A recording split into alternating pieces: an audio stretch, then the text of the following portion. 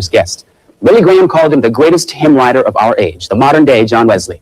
The object of that flattering assessment? Andre Crouch. And apparently the recording industry agrees. Winner of 5 Grammys for his gospel albums, Andre is listed in ASCAP's top 100 composers. The essence of Andre's performance is more than the hymns he writes. It's the infectious way he reaches out and ignites his audience.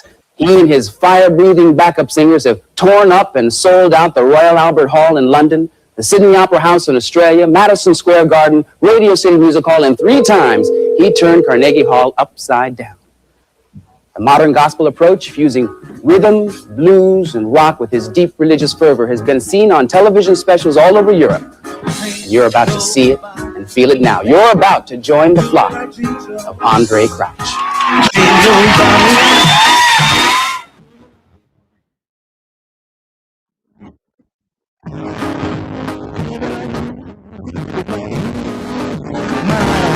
My friend, I repeat, can't nobody do me like Jesus. Hey, hey, nobody do me like the Lord, do me like the Lord. Can't nobody do me like Jesus, do me like Jesus.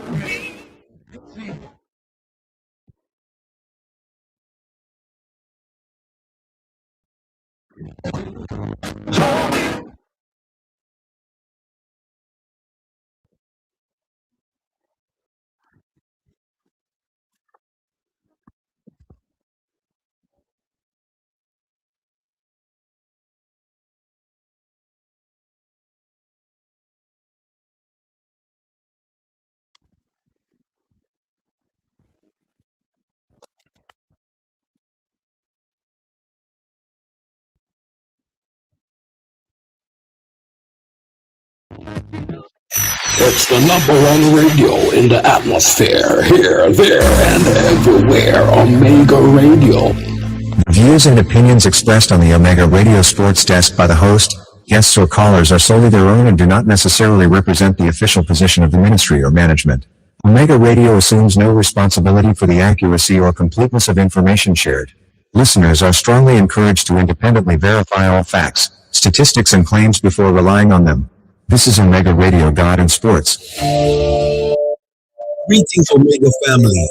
This week, someone told us they turned on Omega Radio heavy-hearted, and prayer met them right where they were. That's why this station exists. Omega Radio is free to listen to, but it's a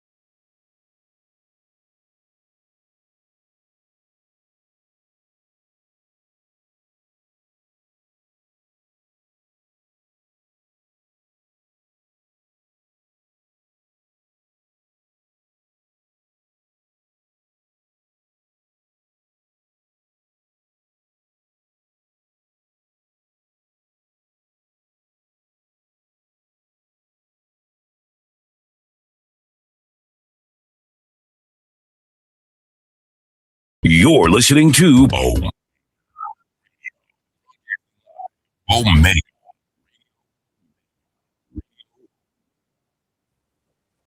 It's now time for Jamaica's one daytime sports morning show, the Sports Desk. And let us have a discussion.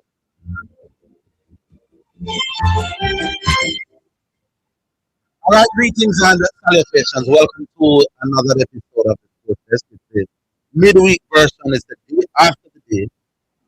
And I tell you, I suspect the discussion will be long and hard. How are you, Mr. Yes, indeed. I'm here. Disappointing as most Jamaican football fans are, and it's all over now by the show. So we can now look at the entire campaign for what it was. And I'm wondering how Mr. Rudolph feels when he got up this morning and looked in the mirror. Listeners, this is the reality. He selected Steve McLaren. I said it from the get-go. Not a great decision. Should have looked elsewhere. Steve McLaren failed miserably. He made bad decision after bad decisions. That was Rudolph Speed as the technical head. We got an opportunity to dismiss Mr. McLaren after the dismal Gold Cup. And Rudolph Speed and the JFF, again, they made a poor decision. They chickened out. They went to the players to ask what they thought. Now, I'm not here to say whether it's a nice thing that they did to ask the players or whatever. My job is now to look at the entire campaign overall. So, in hindsight, again, that was a poor decision from the JFF. And he was the advisor as well. And he said he agreed with the changes of Trinidad that came back and we drew the game. So, he was an advisor also. Now, to add to it, in the end, he decided to recommend himself, voted to agree with that recommendation, and become the coach. And again, Orville, Mr. Speed, was a disappointment.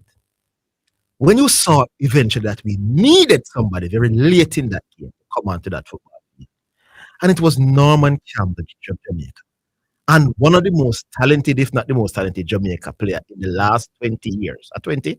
Yeah, you can say so.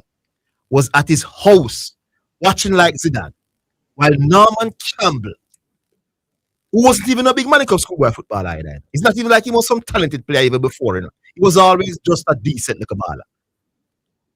Whisper was at him yard like Zidane and Orville and all of us, watching while Norman Campbell was asked to come onto the football field for a period of time. That should have been Dejan Whisper Richard. He had multiple opportunities to correct the wrong, and he went for the Tivoli guy who made me want to say it before. So that after the fact was never going to be a part. And Ellis, who was never going to be a part. He got the opportunity to correct the rubbish by leaving out Whisper and carrying Norman Campbell, who can't play football Jamaica. And then, when I look at his team now, we needed a number 9 to come on after he took off Bailey Kadamatari. We had none.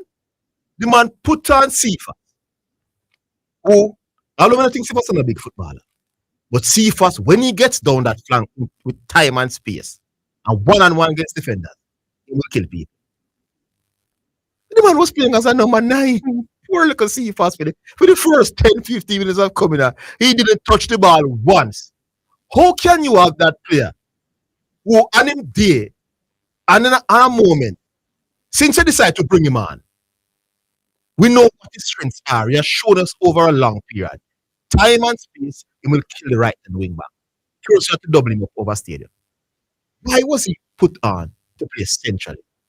So from the coaching decision, Mr. Speed, to inserting yourself as an advisor, to keeping McLaren, to know coaching and calling rubbish, some of the rubbish players, they might as Whisper, and then not picking another number 9 in the squad. When you get at this man, Mr. Speed, and look in the mirror, your fingerprint is all over this field campaign. You can't look at nobody else. It's like how Maradona single-handedly won Argentina in the 86 World Cup. Rudolph Speed single-handedly took World Cup away from him. I wouldn't put it like that, but let's hear what the callers think. Let's take the first one. We'll take the first one, Kat. Hello? Oh, Lord. Hello? And that's what's happening. My first word is to John. John, do you have egg on your face this afternoon? Oh, yes, we wore the There were some red, green, and gold in the Jamaican jersey. He said, I had egg on my face when it appeared that that was not the case. John, I hope you're listening now. I know that it is you who have eggs all over yours. I don't mean nothing. Yeah, we go back on. Hello. Yes, good afternoon. Good afternoon. Long time I don't talk to him, man. The true analyst. Oh, this is the true analyst, man. So I want to tell you, I'm in pain. Pain. We're all in pain. Real pain. No, I don't know. For somebody to say Rudolph Speed single-handedly took the World Cup away from Jamaica is evil and wicked. Why yes, you don't agree with the things I said? This morning, Mr. Michael Ricketts should resign with immediate effect. You know, Speed that run the thing, my boss. I know Ricketts that run it. No, man. You can't escape culpability in this thing. No, my boss, man. You cannot escape boss, culpability. the man put the thing in Rudolph Speed hand. Escape. No, listen, man. Listen. It's either you're in the thing or you're not in the thing. Everybody is responsible. No. But it's Rudolph Speed. You tell the man to tweet the yard up there. Hey, hold on, man. You have to go to him. Hey, I'm not in the gimmicks thing today. No. I'm not in the gimmicks thing. I'm not gimmicks thing, but the reality thing. Which man a sweep yard, my boss? I'm saying to you, Rudolph Speed hired Steve McLaren. Rudolph Speed advised Steve McLaren. Rudolph Speed coached the team and not pick Whisper and the pick number 9. Rudolph Speed was involved in every aspect of it. We are here from Orville of the team. I am here from Tony James of the team. But that nothing to do with Rudolph Speed, no, my boss. President take the decision.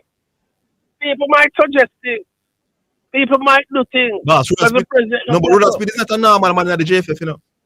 So don't that is part. If you have a man that thing bigger than you as the president, that's a further reason why you need to go. So it's Michael Rooks, I have Steve McLaren. He is the president, he must to go. Michael Rooks. Hold on, we're coming back. You wicked, my boss. Come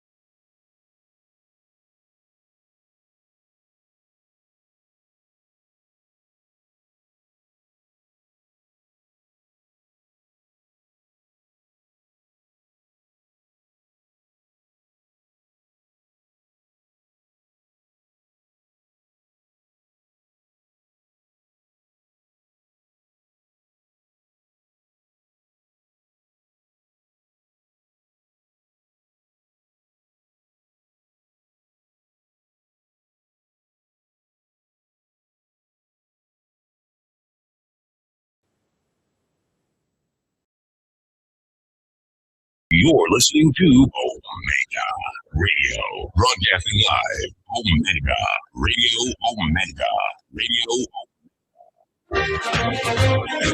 You're listening to Jamaica's first and number one daytime sports calling show, The Sports Desk.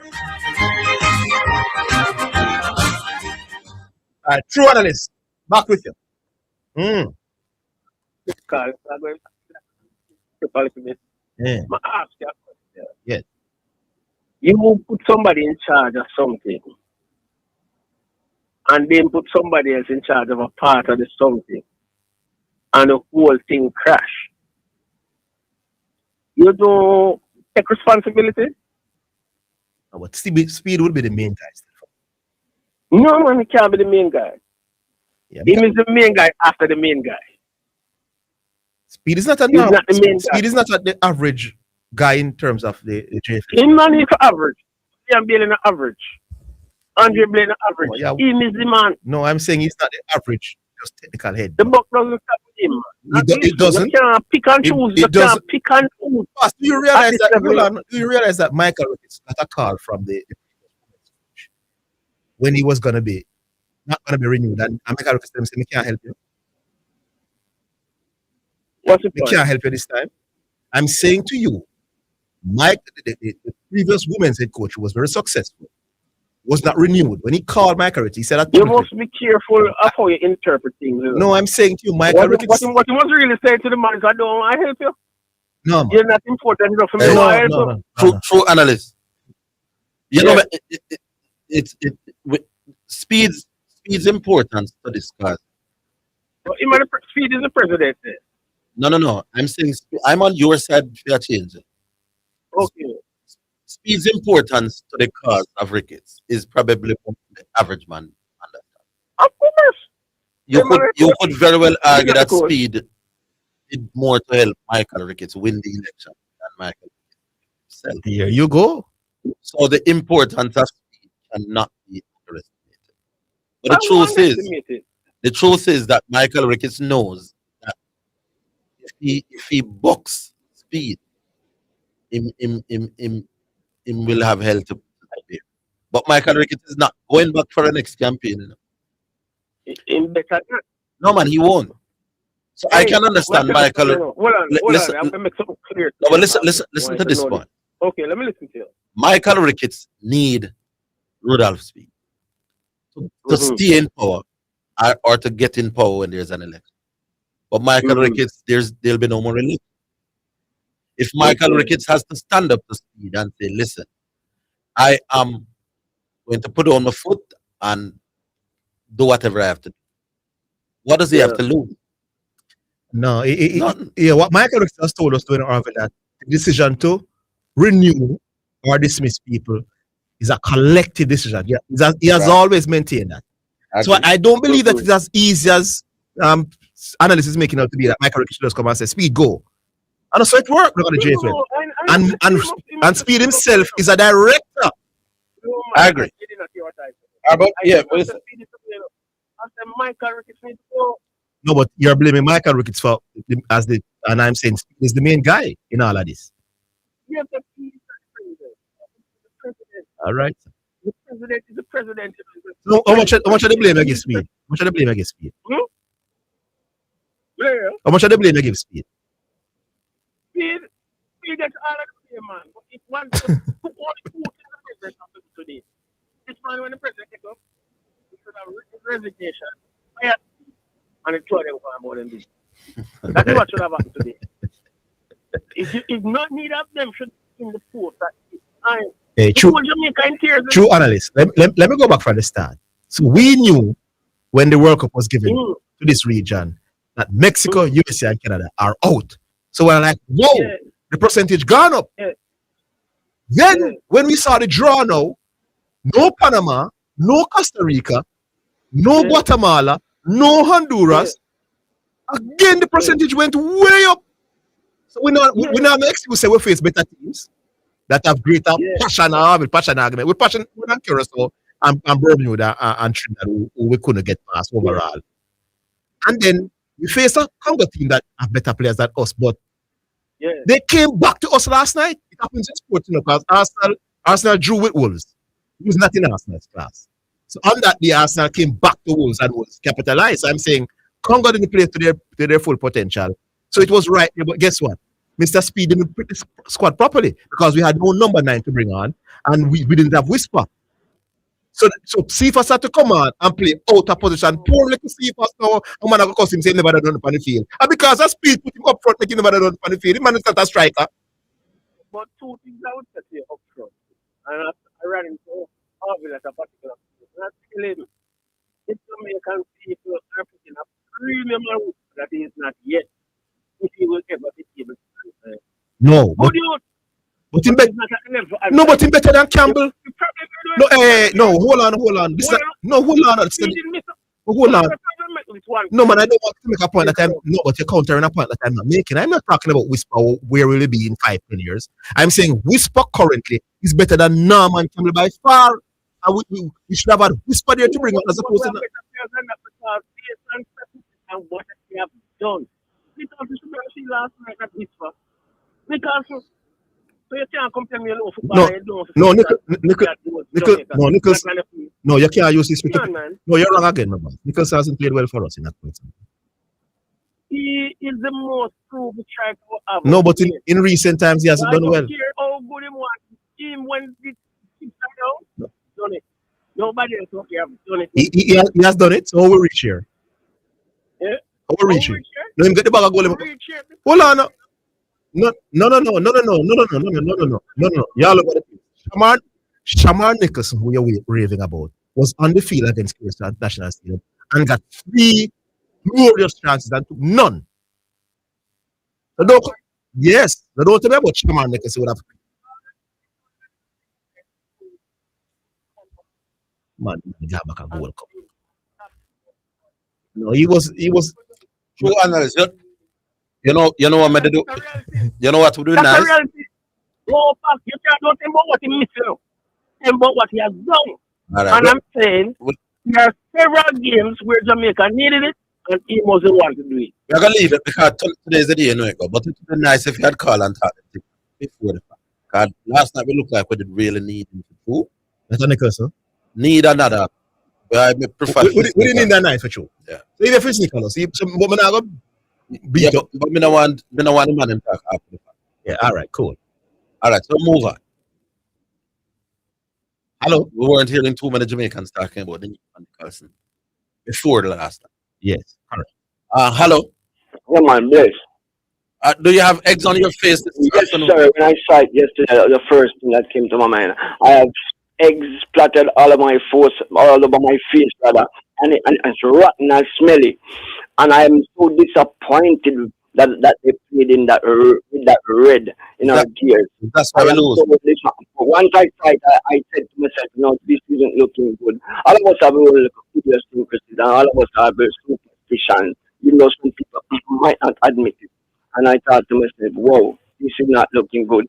Unlike you guys and the callers who asked me, I'm a fair person, a very honest person. So I can come here today and say, I have eggs all over my face. Now that's a part. Having now said that, I thought that in the first half of the game, we look good. We passed the ball around, kept composure, and we pressed them. We got 6 corners, and we're looking good. But come second half, Rodal Speed, made a hash of things. The substitutions were poor. Casey Palmer should not have left the field. Leon Bailey should have been substituted. He did absolutely nothing. I thought that we were depending on Bailey. Bailey took 2 corners and took one of them. 2 of them was kicking a shot to the goal, and they went outside on the other side. He was, the corners wasn't bad. I think the setup in the box wasn't great. No, what about those 2 that he kicked outside? Oh, yeah, 2 poor ones. But I'm talking about some of the other ones. They went in years that I think players. But I'm telling you this. Remember when I posed the question yesterday, and I've been doing it for a while, about who would you use to name somebody? Because I knew that we were short on forwards. I knew that Bailey Padamarty was not the man. Here's my take on it. Did we expect Jamaica to do what? To win the beat Congo? I did. But we were hopeful. That is why I'm No, saying, no. But the way Congo played last night, they were beaten. of So going course. into the game with the expectation is different from actually Yeah, watching the me game. never think them play a lot well. Yeah, so But Congo. But the truth is, then that me I tell them, for a say we team, play good in the first for a half. We team look that is good. ranked so far, for a bigger team that this is Yeah. one of the better games we say we play. You Yeah, know, Ruda as Speed this mash thing, it up. Ruda Speed him right with the changes. you know, as this thing, you But know, as this the changes for the thing, most I part, don't- me understand him as well. I didn't understand Norman Campbell. no, You, man, you understand Campbell, Tyrese Campbell being brought off as opposed to Liam Bailey. So you want to change one of the wingers. Mm. Why you taking off Liam Bailey? Has not played 90 minutes for anybody at all in about 3 years, Orville. How is he playing 120 minutes? And then in extra time now he was dead. Liam Bailey couldn't. That's why I take the shot from Zidane, distance. You know, I can't tell do you anymore. yesterday, so Leon Bailey done. Leon No, man, Bailey. I'm not going to look something, John. Had an injury. Let me ask you, Leon John. Bailey not look good. John, hold Leon on, Bailey man. just Hold on, look Bailey. I'm not going to them something with him. No, but Let me ask you, Leon Bailey. A yeah, reason I why. know, yeah. We just analyze the game. Yeah, He was playing okay to me, but I'm saying he's not a 90 minutes baller because he has you been know that. So don't go in. You know They're not that. going to done thing with you and them something. But you know, me deep in my heart, I believe say you feel say him done. His time has come. But anyway, what I'm saying to you is I'm in full agreement with you as it relates to Whisper. We never have no creative play up on the field. Calamity, we can't dribble. He can't get a good make a goal for himself. That is why I pose the question, who you that use? And because I always knew that this man, remember in a situation like that, you want a foul that can dribble and can make something for himself. As bad as Bowser is, Bowser would have gotten opportunities. Missy, I mental about Damian Lowe, and people laugh at me. Hold the line, John. Don't move. We'll take a break. We'll give you a couple of minutes. Welcome.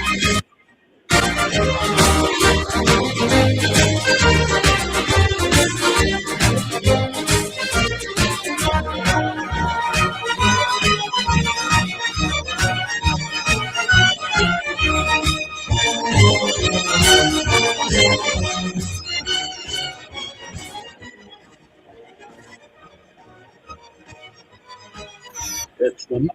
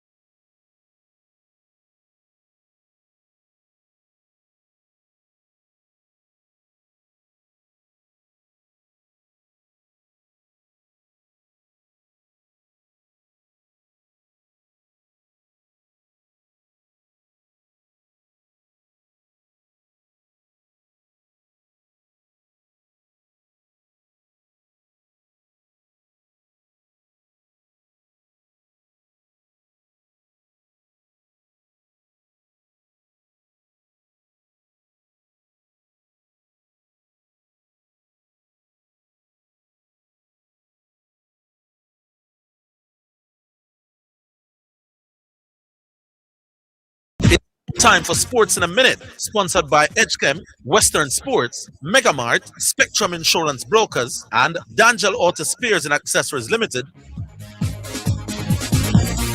Chelsea have announced the biggest pre-tax loss in Premier League history.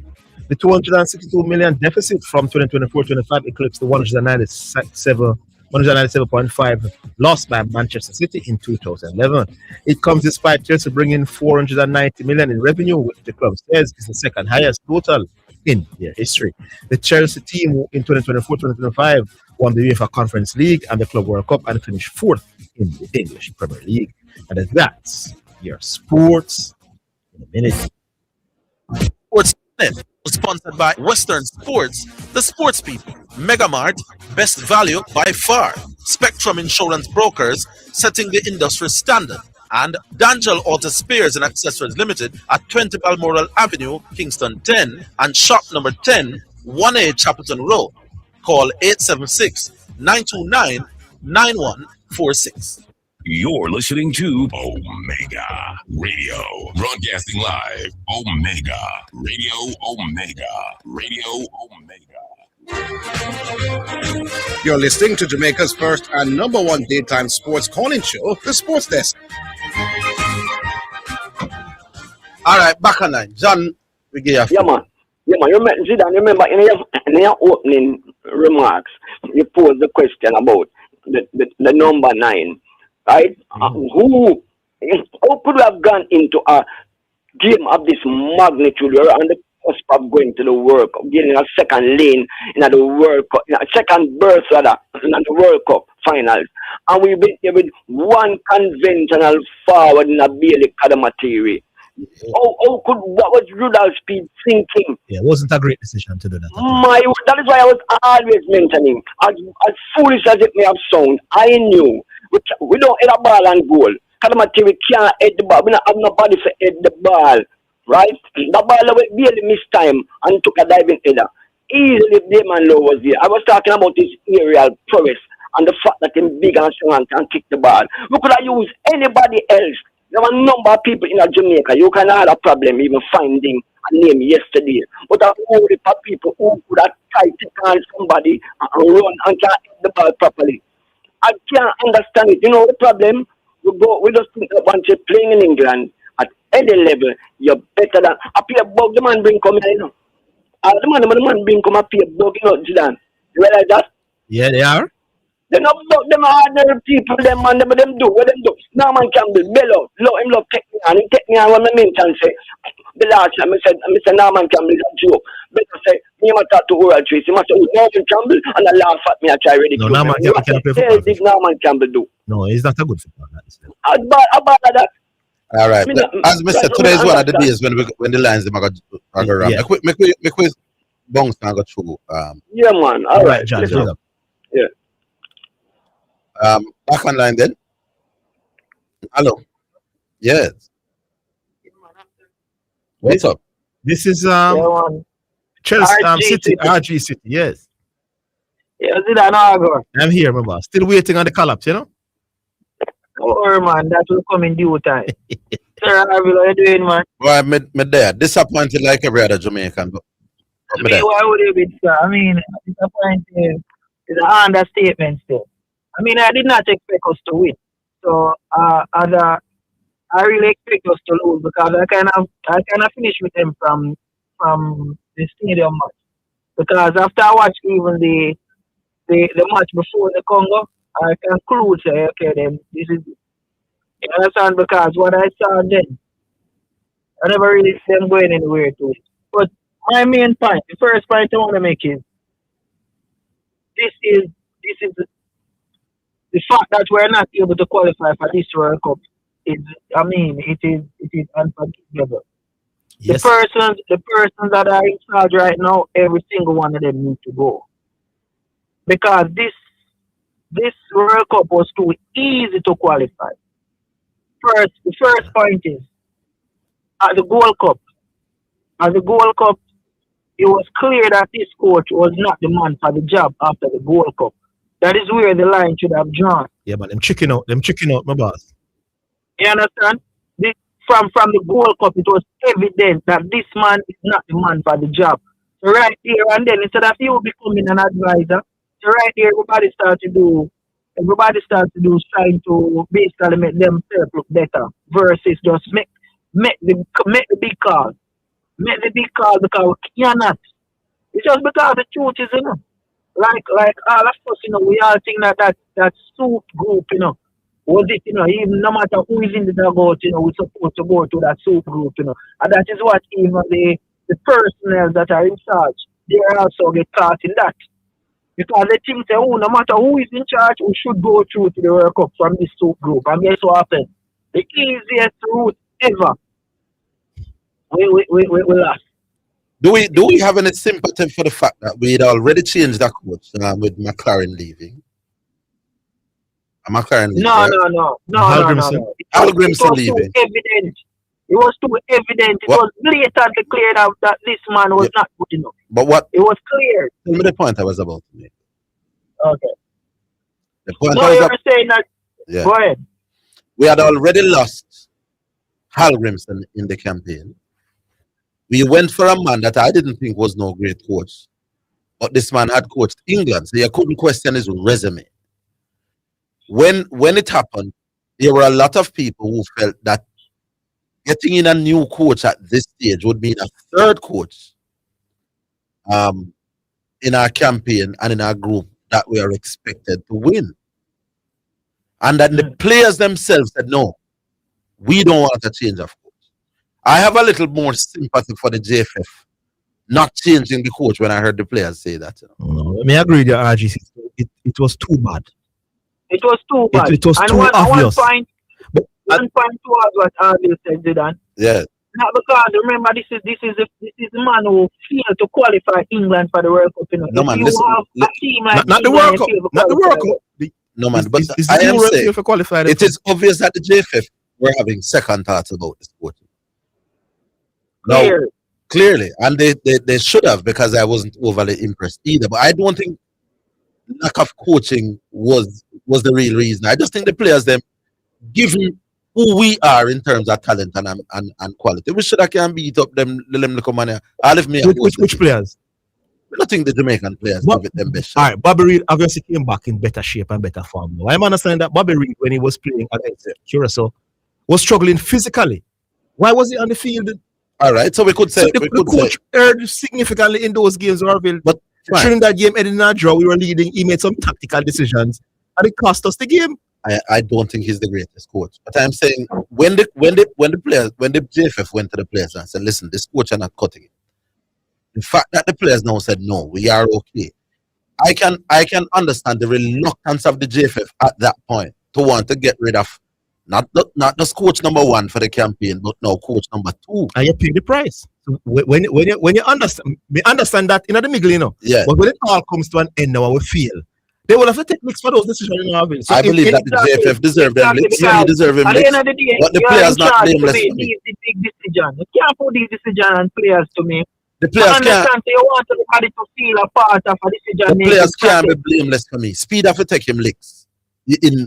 I am not cussing him as a coach, because over these two games, him win the game where we expect him to win, and him lose the game that we expected him to lose. I know, sir, Orville, in all honesty, if Speed took over the job from after the Gold Cup, I would even feel better. I think the chance of qualifying would be greater. So Speed have to take him licks for hire a man that never was cutting it, and then be part of the process that didn't get rid of it. I'm just saying that not getting rid of him was at the time not as straightforward as we are saying now in hindsight. RG City, you said you thought Speed took over, it would have been better. He just picked a squad and brought on Cephas as a number 9. I'm not so sure about that, brother.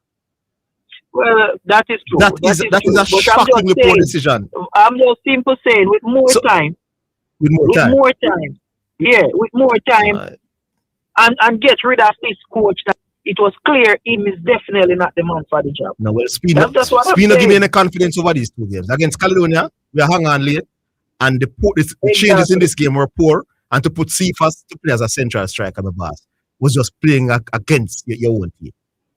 Exactly. And when Cephas moved wide, There was 2 instances when destroyed the man and pulled back the ball and then they clear. So it's clear that we know beforehand a big coach like Speed should never put the man to.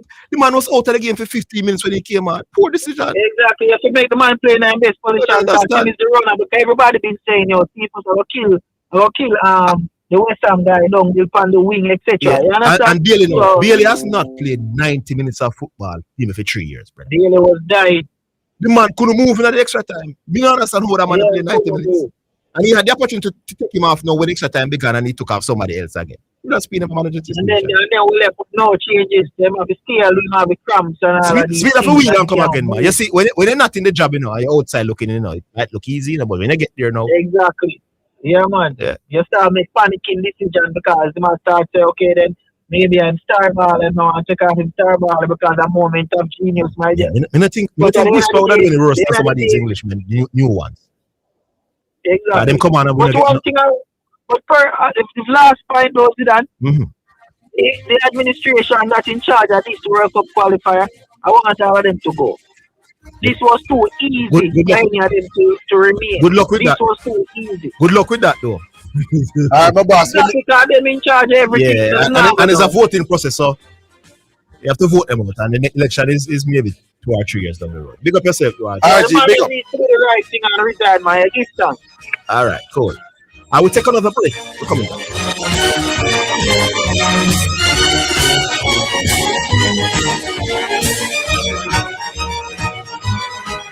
It's the number.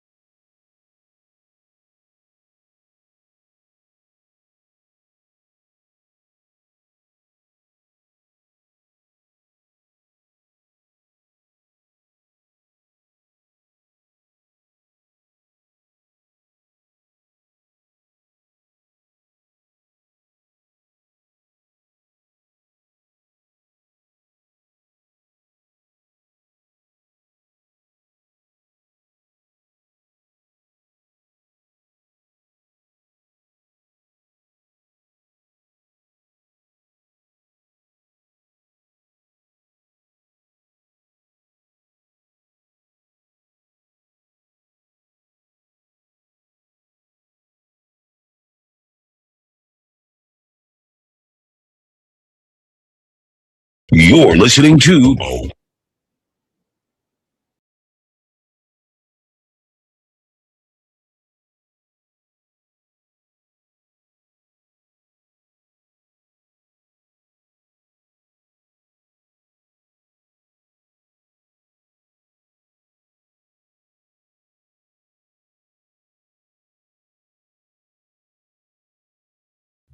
All right, some text messages coming in. We'll take a few. Excuse me, boss. You have a text message. It's now time for text messages on the sports desk.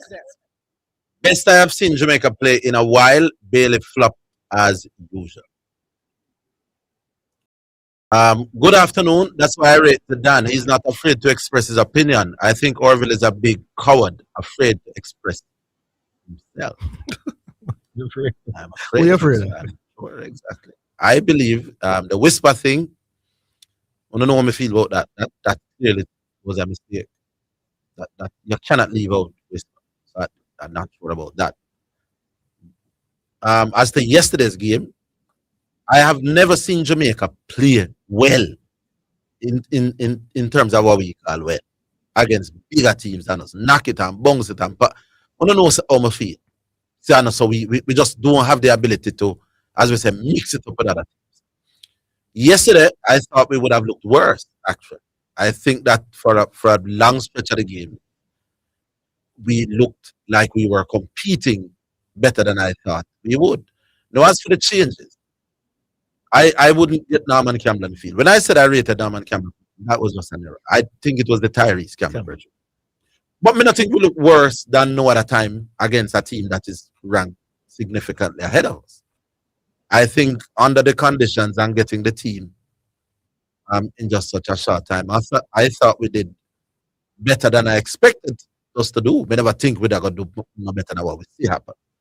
What did I think we faltered as the game went on? Yeah, but we think we faltered as the game went on. In most games, when we say we play against a bigger team. For example, why was Cephas on as a striker and not as a wide? Yeah, you're shooting yourself in the foot because you're at that point in time. So I don't know what I'm not expressing myself about. Orville, where can I sign up for Higgins and Cole law firm?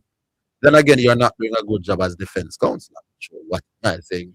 Me never agree with the whisper thing from day one. And as for the argument about we should have gotten rid of what the man name? Steve McLaren. Listen to what I'm.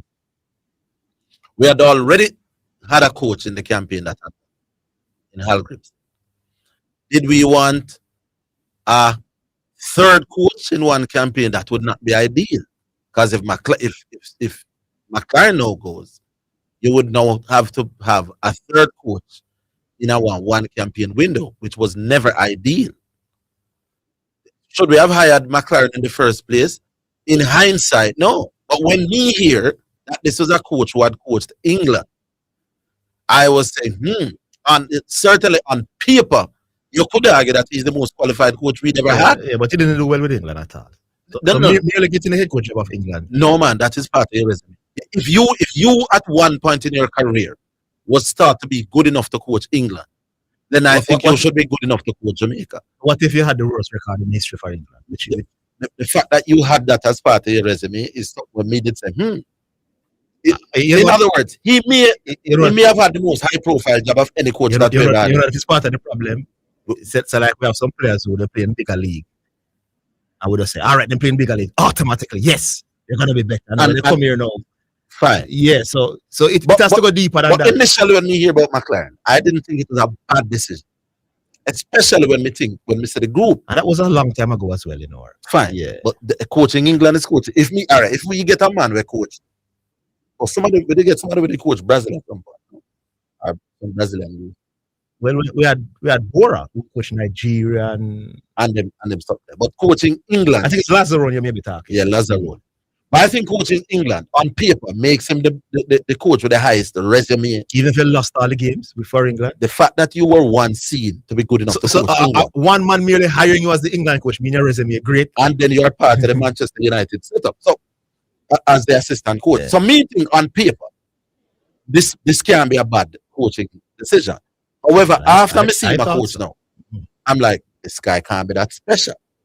But then the thought of getting rid of him as well. So now you've gone two coach and a third coach. What if you have got 6 love in every World Cup?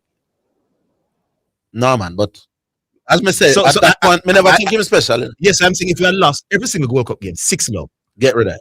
We get rid of him. So it's not a matter if it would be a problem to get a new coach. But then here's where now the thought of going to the players. Now we know how disruptive this set of players can be. Every year coming into a World Cup, in the last few World Cups, these players go on strike, pick up the federation, rebel. We saw what the women's team did. We know that if the players are not happy, then going to World Cup, we can just kiss with it as that. Did they go to the players for the hiring of as interim? I think they did, but I don't know that it was a 50-50 decision. It was a full decision either, because I know that there were players there who weren't particularly happy with Speed neither. The JFF sound like we're never going to qualify. You know? They are good to the players. They might hit with it. But I don't think going to the players was the worst decision. This coach and I make it. Well, we failed. And then we failed. We failed. But do I understand why they would have done all it? those 50-50 decisions? It doesn't matter how nice it seemed. Still At the end of the day, we failed. We failed. All right, here's another one. Jamaica played well, but we still overplayed our midfield for the most part. Lacking creativity and chemistry was evident. The changes had no impact, and we have reliable striker. Like what RGC said, they should all resign. We don't believe in that resignation thing because that's not what culture is. People have more important jobs to do than coach football. Now resign. Politicians have not resigned in Jamaica, so I don't expect it to happen. That is it. All right, we could go back to the calls. Hello. Orville. Yes. Afternoon, sir. Who this again? Patrick, Wagwa. all right, Richard. Yeah. No, you see, these players are ballers. All these players, the whole of them, 20 of them. A coach's job is not to make these people play better. It is to make them play well together. You get it? So none of these ballers come in, speed, nobody will make them be a better baller than they got them. What they could do for them over the last 2-3 years is to make them learn to work in a team structure, work in a format, formation. You know what I'm talking about. They're a baller and they're more right. All these players. Right? In their respective positions. So when you become a coach, you have to ask if a coach's worth values to your team is, can this person bring in a Bailey whisper, use them when to use them, interchange them when to interchange. That's a coach's job, you know. It's not to make any ball be a baller, you know. You can put them together to make them effective as a unit. But I understand. As a unit. Yeah. Yeah, get me, I say. Because my baller them one. An NBA team, when you get these great coaches, Pat Riley and stuff, is to make all the baller with them get out of college, maybe it's good enough to be made into an NBA star and stuff. In the terms of Pat Riley, who have the players day in, day out. That's a little bit different than a football coach who goes to the players 3-4 days. And so the other side now is, considering that you have these people once a month, maybe once every 3 months, 2 weeks, 2 days, your job to make them work as a unit is the consistency in or you apply them, you know. You can't put a man a 9 this week and then on the outside next week, you know. He's a number side, see as the outside right player, full stop. You can't, there's people who lost in the middle, you know. Yeah, I never quite understand that. I know the man stop the body.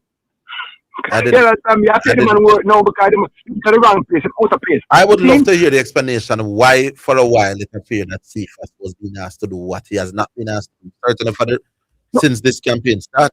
That lacks understanding. A man below as a header, as a corner man, as a corner come over. A man below. Damian Lowe. Yes. He's a consistent presence at the front. Every corner, when him on the team, he was up there. And the man has so many golden scores there that you can't tell me. From the corner position. He scored a few goals, you know. No, man. Me personally, not going to leave Damian Lowe to my starting 11. But I'm not going to pick him merely because he can score. But he may be a threat going forward. See, you know, pick him on the starting 11. After using, after injecting it, we just say, the thing we get to that place. Now, the team perform at a level whenever I expect them to. My thing is this, we shouldn't have been here. That may agree. We were supposed to, play a battle, Oceanic team versus the African. No, we had a zone. We had a zone and a group that we should dominate from the start of this competition to play out. And guarantee, I'm 4 matches in, we're going to World Cup already. We shouldn't come to 8 matches for World Cup. And still make it. So come back now. Where does the box stop? You see, it's about accountability, And I'm thinking, our politicians are the same thing. Our principals, our teachers. Nobody in this country, in this society, nobody across Jamaica land, length and breadth, insist on accountability from our councils, our MP, our ministers, our ministers. No, it's not that they don't feel that. It's not that they don't feel that they're accountable. They just don't feel like they should resign. I can accept the Jamaican culture is if I employ you to do a job and you didn't do well in the job, Why should I resign? We see it in politics and in other sports as well. When Jamaica does, when Jamaica doesn't do well in other sports, nobody resigns. Nobody resigned. When our politicians employ a man for the ministry of this or the ministry of that, and they don't do great, nobody resigns. No, Just not a part of the culture. Culture is one of the culture. The cultural problem we have, you know. Yeah. Nobody wants accountability or ministers or rules. Nobody. As you said, you employ a man to run a high school or a hospital, and the hospital are run down. Nobody resigns. Nobody resigns. The ministers don't resign, but they usually use scapegoat and get rid of it. You get me? So you're the head of this association resign and all of that, but usually not the minister. No. But since it's not about yes. It's not going to set up. However, we the people, we should use whatever form we have to insist that the whole other thing will kill you because we're going to get next. Okay, easier. What should we the people do? Insist that nothing that we go block the road of our church. You block the road because we never qualify for your World Cup? No, not the road. I'm not Jacob. I mean, I'm not the road. I'm door. Jacob door. You can't go in the door. I'm not going to do. I'm not going to block the road. I hear you. They couldn't bring this team to the World Cup. When are they going to go World Cup again? The man is expired to 14 for the region. I can't make it to the team. What? I feel embarrassed. Come on, man. Don't have to go out there. Big up yourself, though. Speed won't go. We got to make him go. Speed definitely now has some questions to answer about some of these positions he holds. Certainly, as the head of the technical committee, if nothing else, that now has to be questioned because it was on your recommendation. Yes. Who will ask the question? I will ask him when I talk to him. Okay, great. I'm looking forward to that interview. All right, sir. Cool. Good luck. We'll take the break. We'll be back with a tune and we'll come back to you.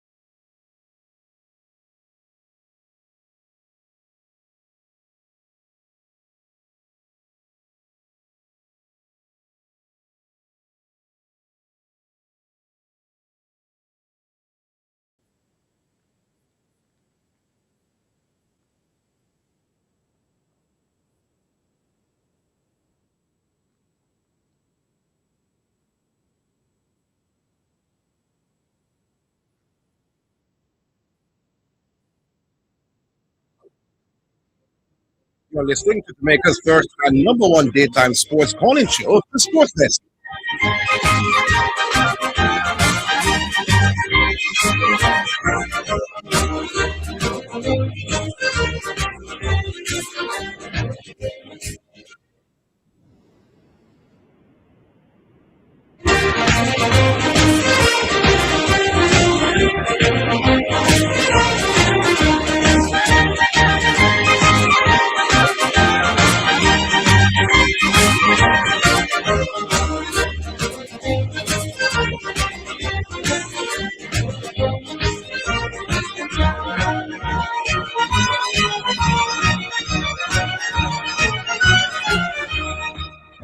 All right, back online, and the first selection is one from our own Dave Gill. You know, Dave is a regular caller from Yeah, unfortunately, this is a tribute to his mother. Yeah. Oh, yeah, right.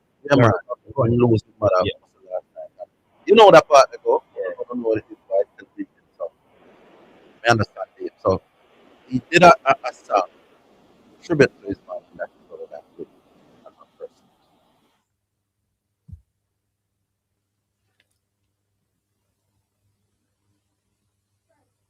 Stretch. Oh, Yeah, it's not apparently quite right. them lining it up. Dave, my boss, stay strong. It's all for you, mama, mama. You're the best. Baby, my whole life to say. Without your love, I would miss you.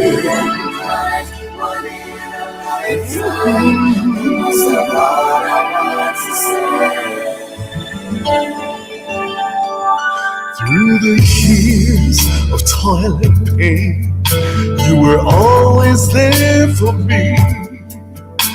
You held my hands when things got rough, stood by me when things were too tough, but I never showed my gratitude. But mommy always had me there. The time is flying by, and I know that I want the world to hear me say that Mom, you're the best, the greatest. Without your love, I wouldn't make it. So sweet and kind, but in a lifetime. Goodbye, I love you. Yeah. At times we have our differences. We don't say the nicest things, but relationships go up and down. So we've learned to live with this. But when those storms have passed us by, we see the value of what we share. And that is why I wrote this song for you, letting you know my love is here. Oh, you're the best, the greatest.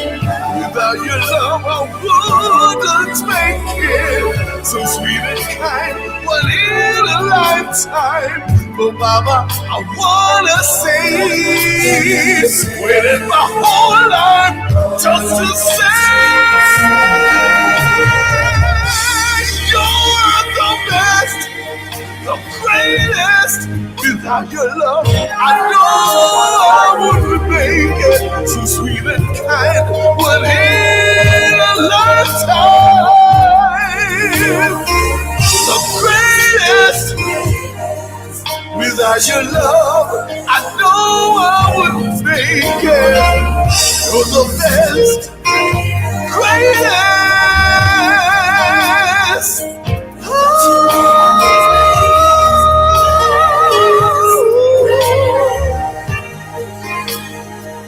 Without your love.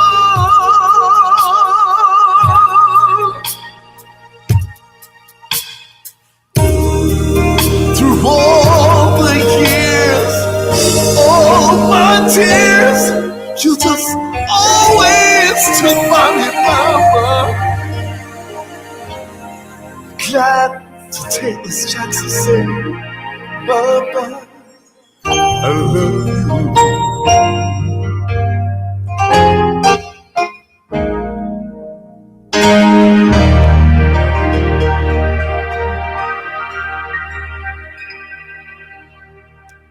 All right, so that's Dave with a tribute to his mom, man. Boy, Dave, I don't know why you did this, you know, sir, because this show might just mash up for me for the rest of the day, but I'll try for well. Make a move on, cat. Make a move on. Big up, Dave. Hello. Good afternoon, Principal Higgins. Oh, this is George. Good afternoon, George. Good afternoon, Coach Matthews. Yeah, good afternoon, George. Good afternoon to Jamaica in the diaspora, and good afternoon to Jamaica on the rock. Let's try to look at this thing objectively. Football, aka soccer. For the first 90 minutes, Jamaica did well not to concede a goal. Whatever happened, people were expecting us to be 3-love down or whatever. We were in the game and doing well. Not as well as we expected, but we were competing and in the game up to 90 plus the first half. Okay? So that is the objective part. Our keeper was in fact the sweeper in this team and keep us in the game just as we expected. Our defensive unit did fairly okay not to concede a goal, but there was no middle, zero absent.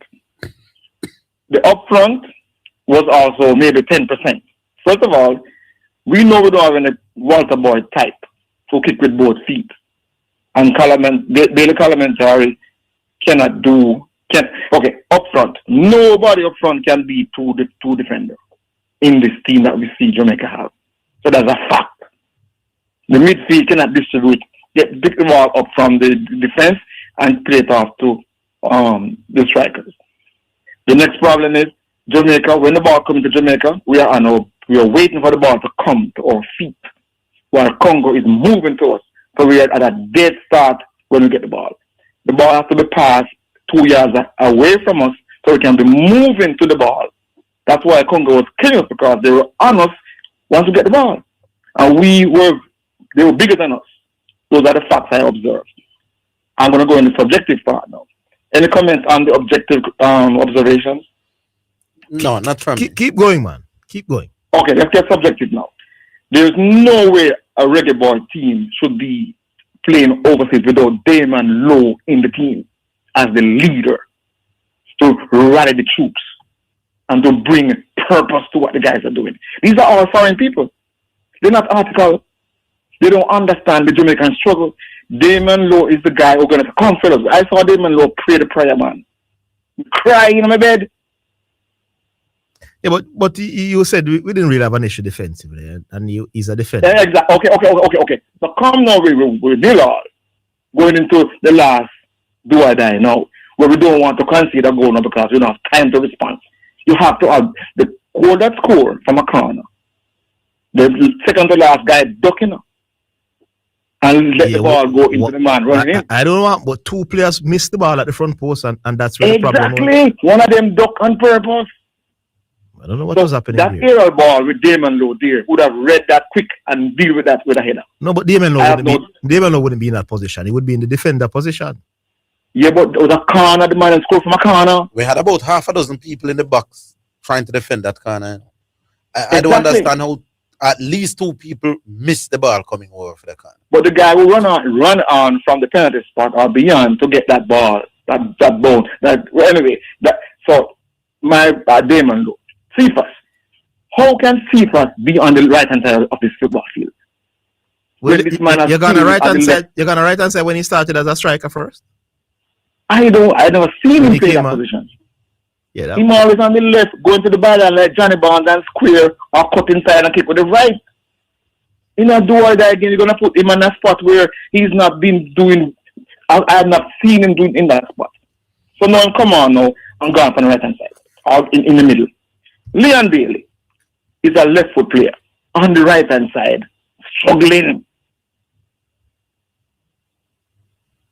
That's my subjective part. Let's go now to the other part. Speaking of the team, Boza, he don't play for one whole year. I would pick him over Daily Calamentary. Once he's fit, physically fit, not injured, physically fit. If we had Cephas on the left, Boza in the middle, and Whisper on the right, I feel we would have got the job done. Yeah, but we had those before against weaker people and we didn't get the job done doing. No, but Whisper's never played a full game. No, not Whisper. The Cephas and the others we are mentioning and the lows. I agree. So this is a subjective. We have had them before against easier people and we reach here. Good. So whatever the problem is with Whisper, it has to be resolved. He's our best young prospect. He's the best thing I said to Walter Boy in a long time. Yeah, I will not comparing Whisper now with messing them people. So I don't want a man call until they say they don't think No. Of course not. Because me and man earlier thought when I think Whisper this and that. We are talking about in the context of Jamaica football. Yes, with the crop we have right now, this player as a young player has to be treated. Whatever the problem is, let's resolve it as Jamaica. One last thing. Yes. We don't have a brand of football that the Jamaica play. Manning Cup, Pepsi Cup, Sunlight Cup, Premier League, we play a kind of football that we all know. But for National Cup, national team, we play a different kind of football. We have to have a Jamaican brand of football. I want a bucket ball on the side. Okay, and pile and sell a 2-man and get the ball to a man who clear. These guys are playing tennis and pool. You cannot go around nobody. Jamaica people can block people and put the ball back inside. And you remember the goal Walter Boy scoring there, Stecker, man? Yeah. When you come from the right, change to the left and kick with the left. If there's a person on the left, you go back to the right and kick with the right. That's the step is fast. When Silva scored that last goal, it was 4 defenders at him, and kick with the right foot. We have to fix the Whisper problem, boss. But anyway, we did well considering that a lot of people thought we would lose the game big. That lucky the man used him tie and put in the ball and goal. A fluke. Yeah, it hit him. He was so surprised because everybody thought that first defender would have cleared the ball. Exactly. Yeah. So the luck fell in their favor in this one. Yeah. But we can now fix some of the issues then. When we have good players of quality, we have to get the politics resolved. Because Jamaica is looking at this now. 9 million US dollars. You know what I'm doing from here on doing my basketball, Mexico and Canada and USA coming back to qualification. Exactly. But we have to get our brand of football on the thing like that. Please play from the primary school to national level. I talked to Whitmore about this one time on the radio on the same program. We have to get the Jamaican brand. I don't mind a Brookie Book and sell a 2-man and pile 2-man. One man must be on the field like that. All right, my boy. Respect. All right, Jamaica, John. we did well still. We competed. Big up yourself. Luck. Bad luck, kitchen. All right, boss. Respect. All right, so that's George out of USA. We go back online. Hello.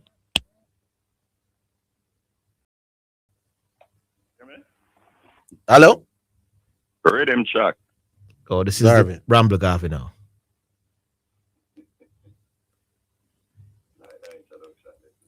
Yes, indeed. Yes. The most talented team, the team that is more talented than the 98 team, and finally put the final nail in them cup. Boy. The team that we were told that is more talented than 98, they are qualify over some teams that very new. I don't know that more talented means better team, though. You already said this team was more talented than the 98. I don't remember saying that, but I don't think I mean that. Oh. So who said that? I don't know. No, the conversation was about the crop of players, not this team. So, you remember when I asked both you and Zidane, said, which one of these players you think could make the start in 1198? You remember that conversation? Yeah, I remember that one. And Zidane looked at me and said, Isaac here. They said that we midfielders in 98. You remember that? Zidane? No, I said Isaac here was far better than Chris Dawes, for example. No. And Dawes. Yeah.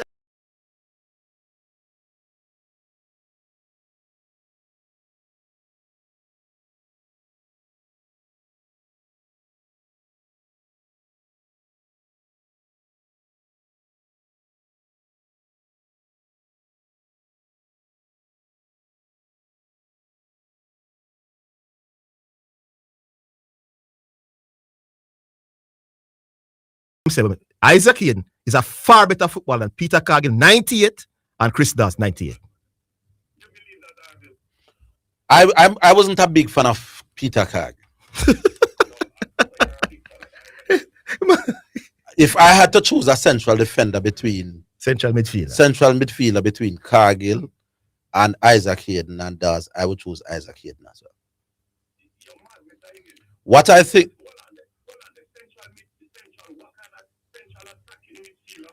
No, Cargill wasn't an attacking midfielder. Both of them were defensive. Same thing. Same position. Than the 90. Here's where I will answer you now. Yeah, I'm not listening, you know. No, but listen to what I'm gonna say to you now. I think as a footballer, Isaac Hayden is better than those as a central defensive midfield player. However, I think Isaac Hayden's team is not as structured as the Peter Cargill team. Great point, Mr. Higgins. Where Peter no man, you're not no, so Peter Cargill's function and Dawes' function based on how the team, the chemistry of the team, the fact that everybody know their role, the team was more gelling. Peter Cargill would probably. No, but Tapper Hayden doesn't play the same role. Position. There you go. What was the question?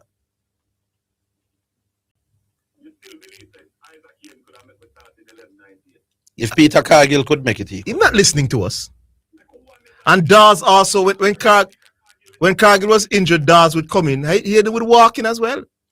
Yeah, I think so. Hey, you know that Hayden has won. You know that Hayden has won the most man of the match award for Jamaica since him come here, Orville. No man, no man, he's a baller, man. Him better than Cargill by far. By that stage of Peter Cargill's career, this Isaac Hayden would be a better baller. Cargill wouldn't get the game. But we're not comparing Peter Cargill's best to the. I don't know when Peter Cargill.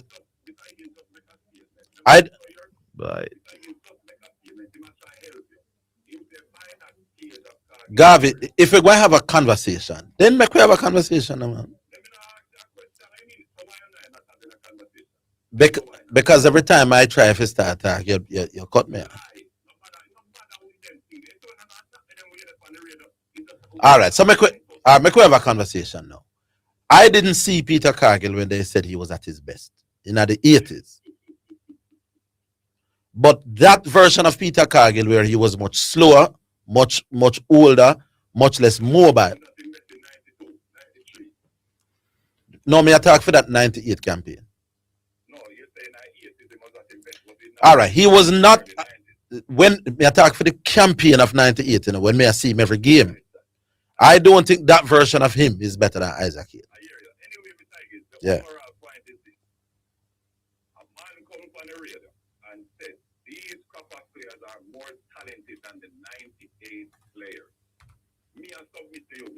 That is one of the worst statements ever made. Another one, by the way, Zidane.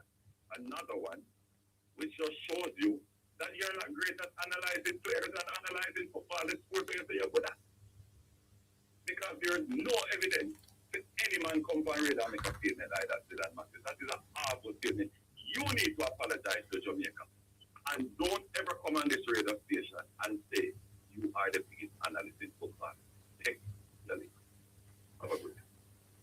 All right, yeah, not going to deal with the dunce today, people. So all right, so let me talk and go on. That 98 team. And I had done that. If I had to pick one team from those two teams, Isaac Hayden would be my holding midfielder, not Cargill. Easy. Walter Boyd and Nandi Lodo would have to make that team, and at least two of the three central defenders in Tatty Brown, Rudy Dixon, and Pepe would have. Well, the thing is, nowadays football not really play two up front again. You know?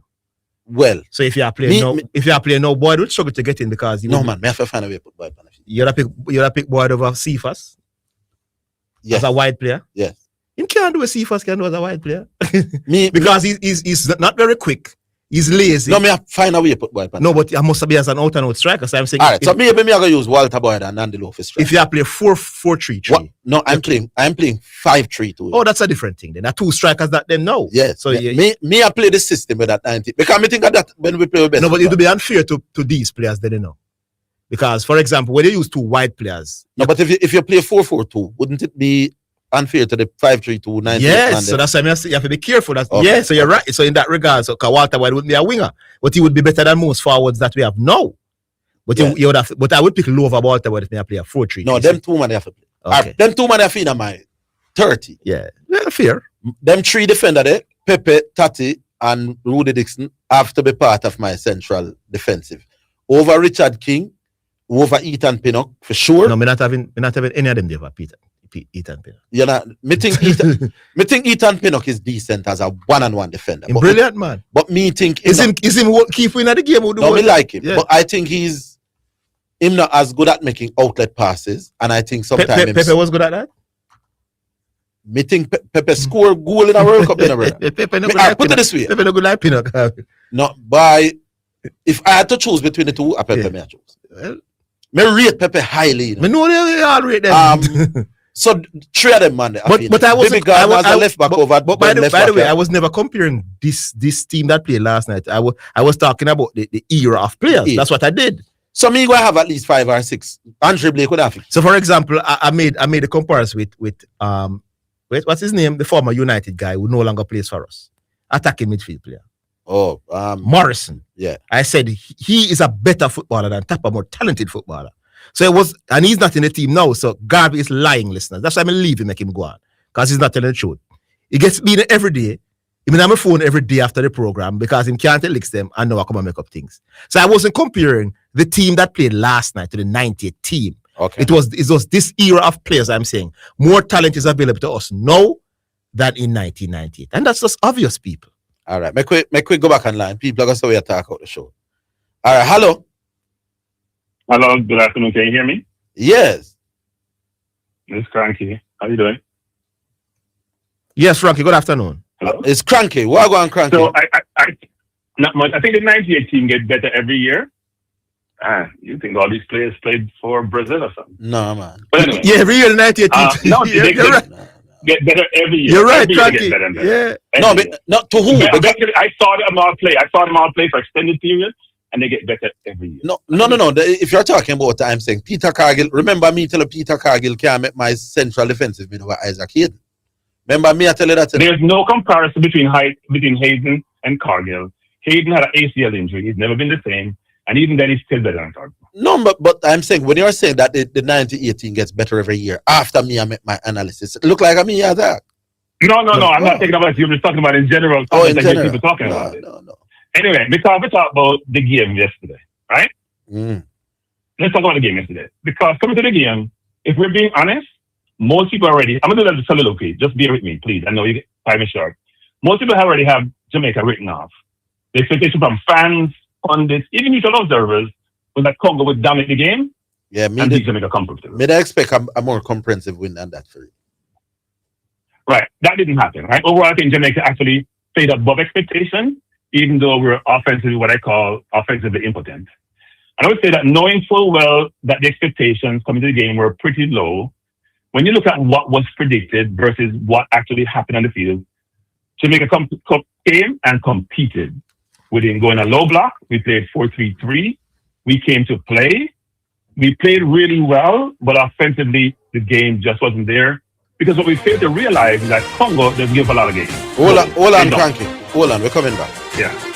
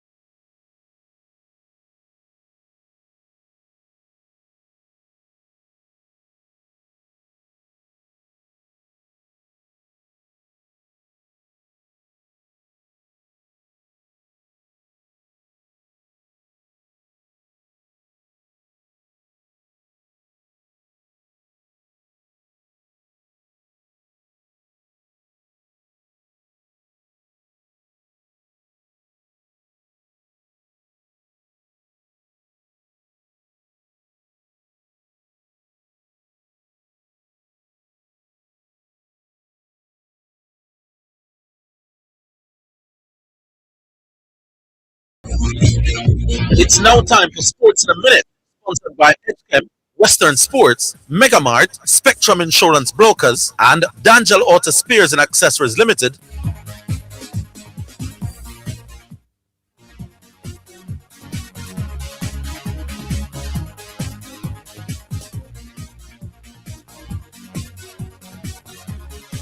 Gilles Agene Demaroma says he cried because of the enormous sadness of being not able to lead Italy the 2026 World Cup this summer following their penalty shootout defeat by Bosnia-Herzegovina.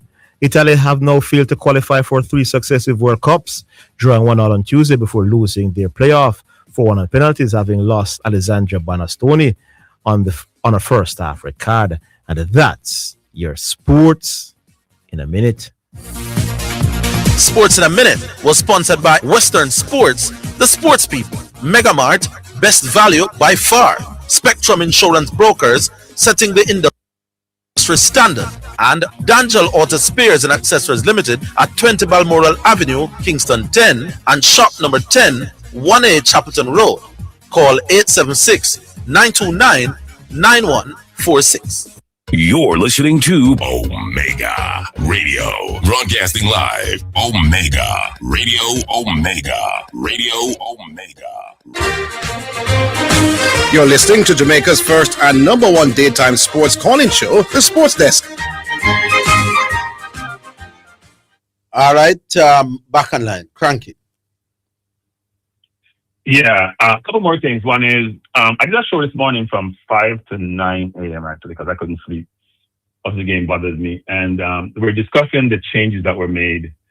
And people were making the same comments you guys were making, which is they didn't like some of the changes. I got a text from somebody who was watching the show from Mexico, who was part of the Jamaica contingency. And they said the change were forced changes. The players were out on their feet. They had to make the changes. And we saw the same thing with Congo. They changed their entire midfield.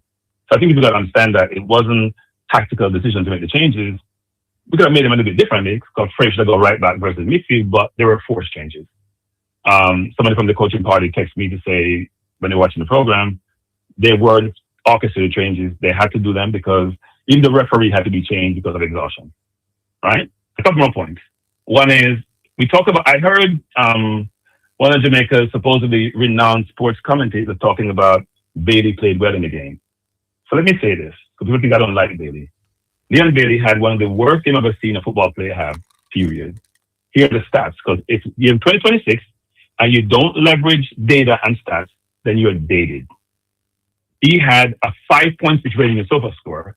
So SofaScore is more quantitative, not qualitative. He lost position. He touched the ball 58 times. He lost position 30 times. His passing was 18 of 31. He lost 4 of 16 ground duels. It's very difficult for any player to lose more possession than making accurate passes. That don't happen in football. And go check every other player's stats. They're not even close on both sides of the ball for both teams. The stats were atrocious. Now, Conor Marty didn't play well. His control was poor. He didn't play well. Like the kid, didn't play well. And as somebody alluded to, his ability to get by his man is non-existent. He has to work on that. King, 4 of 19 long balls. You have been doing this forever, and the long balls don't have any air under them, so you can't run onto them. I had Cephas Spain center forward Conor Marty. Why? I went to Dallas to watch US play us. I thought we'd play more of a mid-block and play Cephas to run the channels, and we could get the ball out to him. It'd be dangerous. The game changed differently. They're a counter-attacking team or a transition team just like us. They play similar to how we played. That was difficult to do. We moved Cephas out right. He looked more dangerous, didn't get enough time. And I thought he was injured because he was grabbing his hamstring in training. The fact of the matter is, one thing that bothers me really, really badly, this constant narrative about overseas versus local. We put locals, and you guys do the same thing too. We put them on a pedestal. They're the greatest things in sliced bread. You are looking at localized football. And the shocking thing about it, in an information age where we have access to mediums to allow us to watch football globally, we still believe these players that we saw back then and now are the greatest players in sliced bread. When you put them in a structured environment, they don't operate. We talk about how fast we are, how physical we are. Which teams are we most fast and physical in any league, whether it's CONCACAF or against teams like Congo? Are we more fast and physical than Guatemala? I don't see that when we play them. We need to teach people play technical football.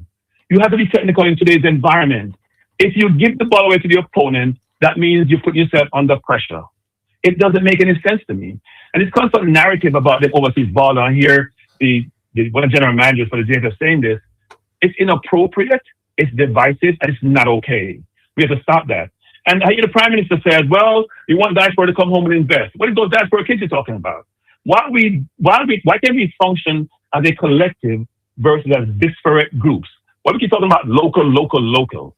And one of the reasons I encourage you guys program today and going forward on my program is this. Because when Speed was on, I criticize Speed a lot, but I still communicate with Speed.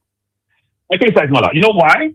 Because in Speed's case, he has 10, 15 different roles. You're one person, you can't do all of them. Yes, indeed. Secondly, when we failed to qualify, you guys didn't give him a hard time.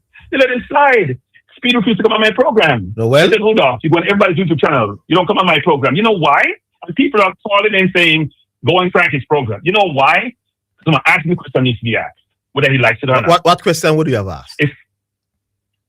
After we failed? Well, no, I prepared myself. So I'll give you an example. So you guys failed, which is not smiling, because when you smile, you diffuse the situation. Make it uncomfortable. Let him get comfortable and For example, Rudolph, you own this.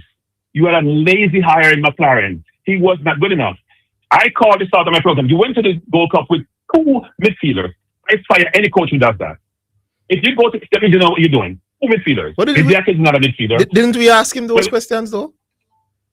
No. If you ask the question, hey, Crowdy, how you doing?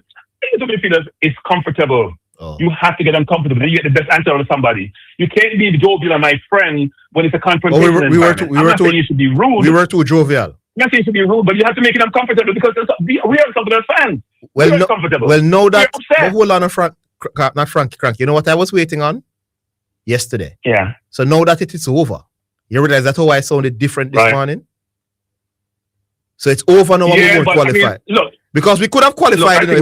If we had qualified, everything about what would have been irrelevant. But now it's official that we won't be there. No, they have to take them licks for those decisions, tough decisions that they fail to make the proper ones. That's how it is. Yeah, but as you guys are alluding to, there will be no change because the program is set up just like a. No man, there will be changes, man. No man, don't say no change. There will be changes. There will be changes, man. There will be.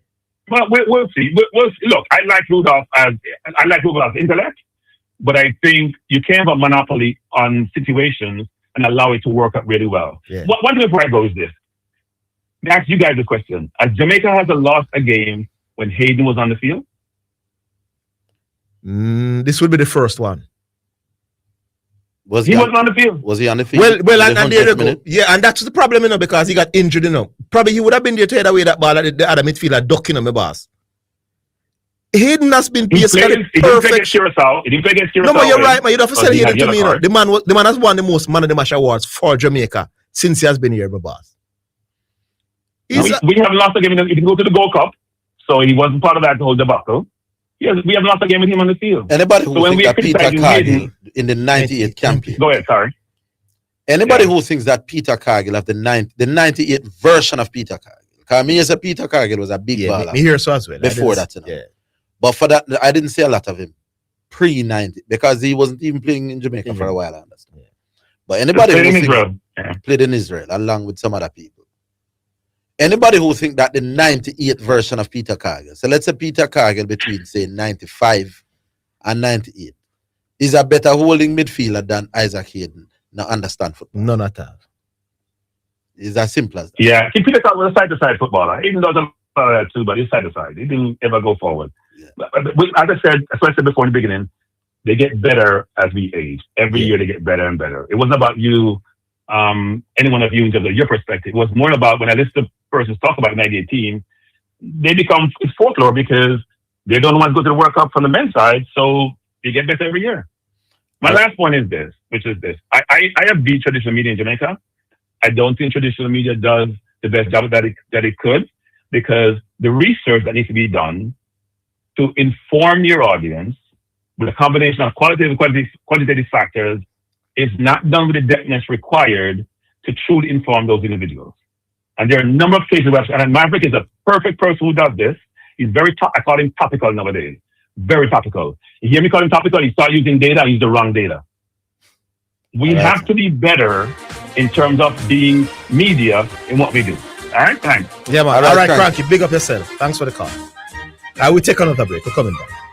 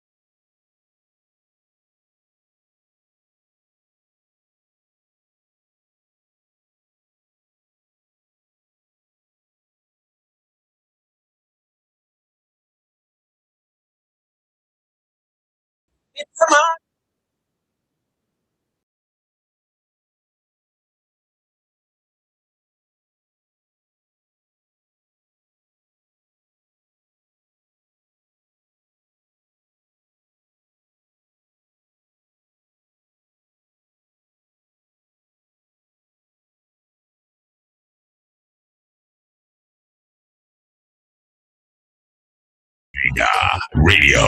Broadcasting live. Omega Radio. Omega Radio. Omega. You're listening to Jamaica's first and number one daytime sports calling show, The Sports Desk.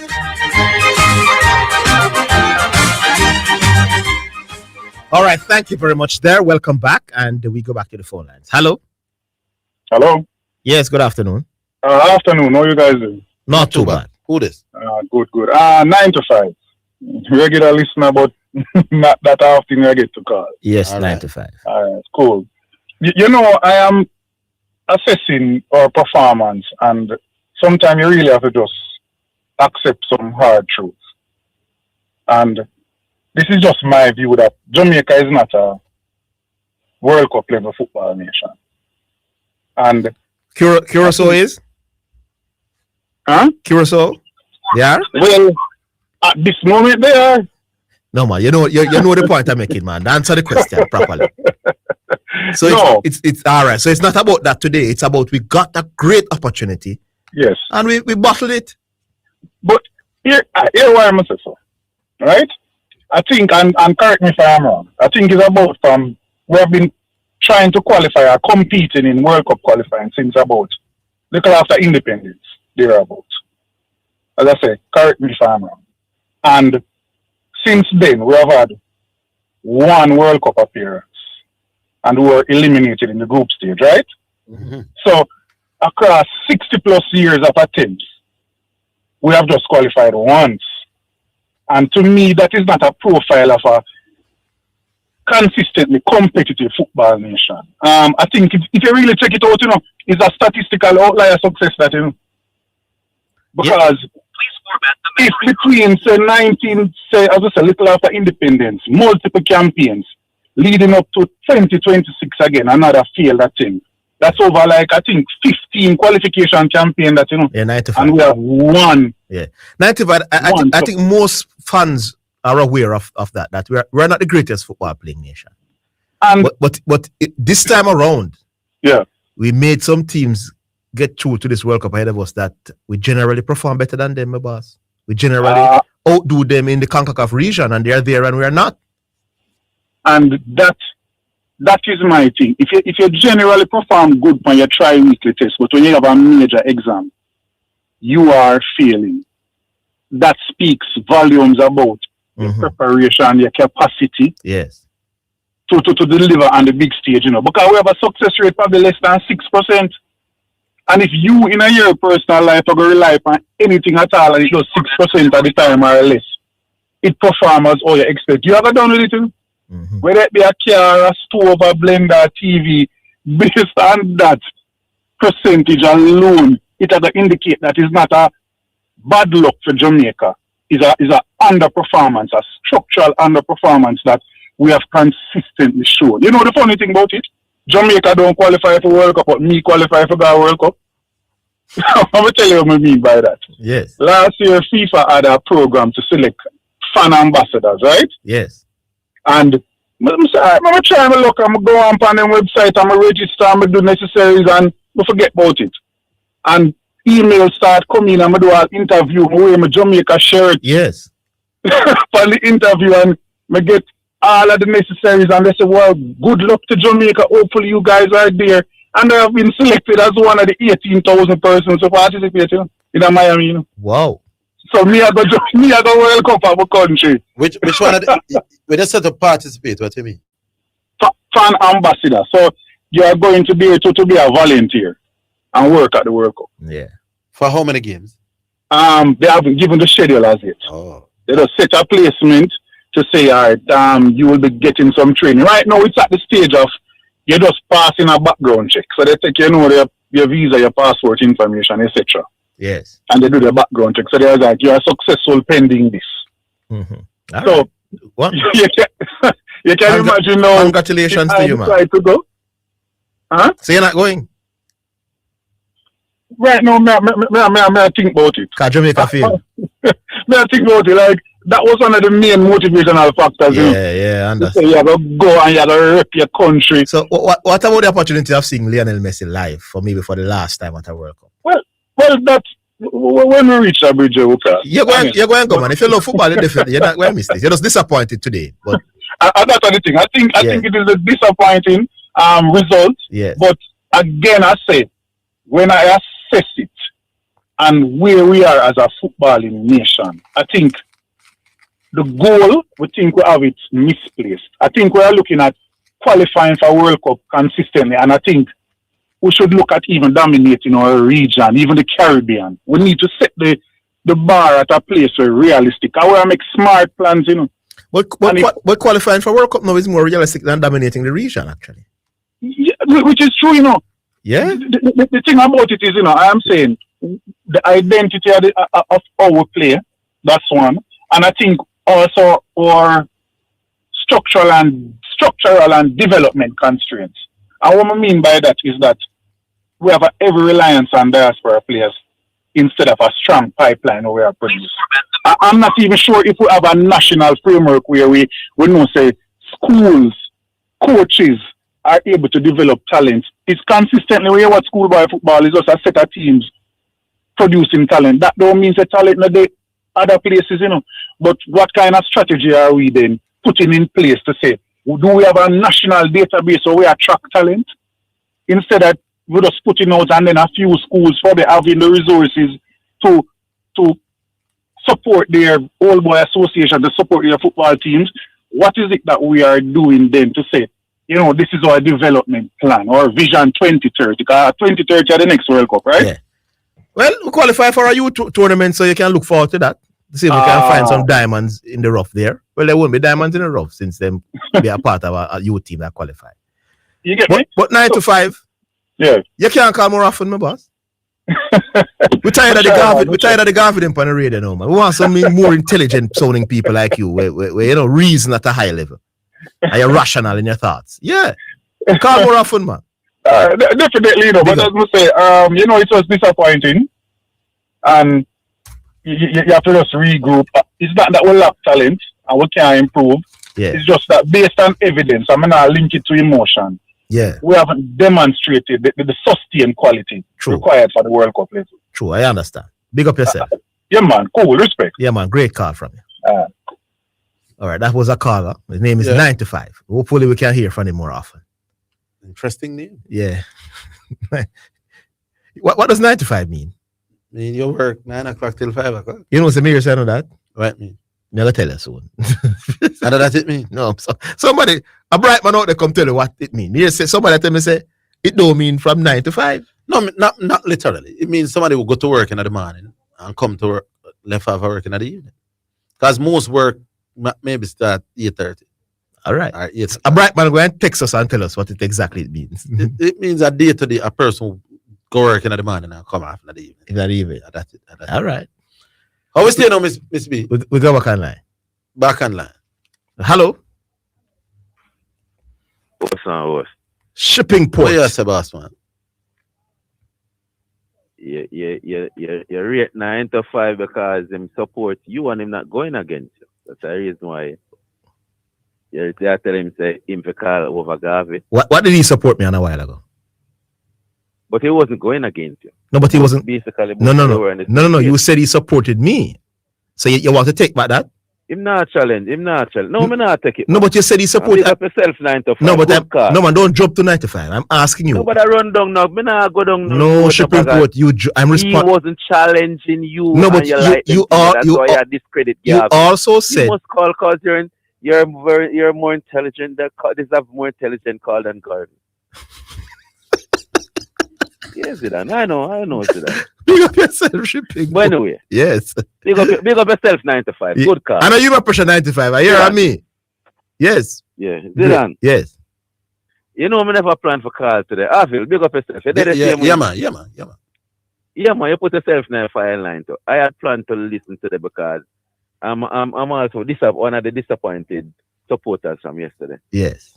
But me hear you say, Isaac Hayden, both of you, is better than Peter Cargill. The 98 version of Cargill. Make that pass me. The 98 version of... The 98 version. Yeah. Not even the 9. All right, when we look... All right, come here. Hold the line. That position. Hold the line. Make we come back and then you kill me. Okay.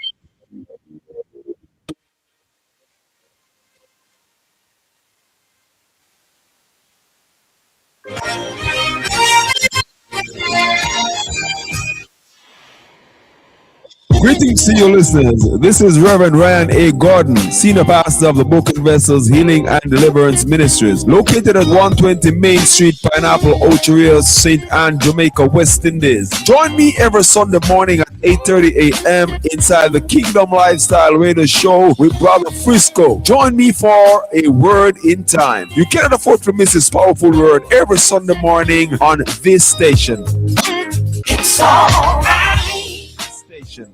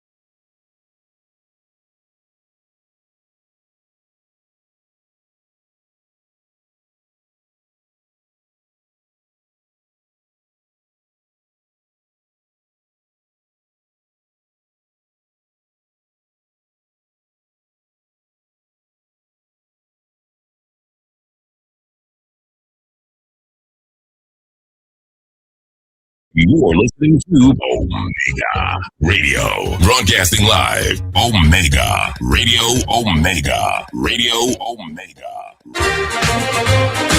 You're listening to Jamaica's first and number one daytime sports calling show, The Sports Desk. All right, so time for music now. No, Shipping Port. Oh, Shipping Port is still in line. All right. Yeah, Shipping Port is still there? Yeah. Yeah, man, we can wrap it up in a 2 and then go to the music. You can't take 3 to, you know. Okay. All right. Because you narrate down when I said 98 Peter Cargill. And we still can defend 98. No, man, me not narrate down. The argument was the 98 team a better team or more talented players than this team. So I'm not narrowing it down. I'm talking about what were the players doing for that 98 campaign. And I'm saying the Peter Cargill in that 98 campaign is no comparison to Isaac Hayden now. No, do that. Never. No comparison? None at all. Did you watch the campaign? What kind of question is that? Did you watch the game and said no comparison? Shipping Port, not do that. Listen, Night and day between the two. Tell me how good this man is who plays for a lower division team who not even playing in him team. What does lower division He's and not even a regular. what does that have to do when him on the field of play for the Reggae Boys versus when Cargill? On the field of play, Peter Cargill plays, he tackles better, he gets himself into position. Let me ask you a question. Let me show you how dishonest you all are. You mentioned the man lower tier and can't get into the team. Who's a better footballer for Jamaica in European? Walter Boyd or Leon Bailey? Walter Boyd. But where was Walter Boyd playing?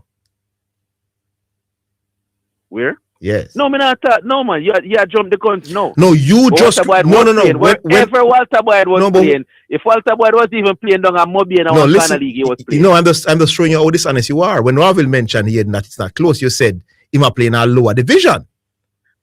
So I'm saying, what does that have to do with who better for Jamaica? Hold on. No, what I'm telling you, I know you're talking about him. He's not playing in the Premier League and he's not playing. No, but I'm saying you believe that you believe that Leon Bailey is far better than Walter. Walter Boyd is far better than Leon Bailey for Jamaica, even though he's playing at far lower leagues than Leon Bailey.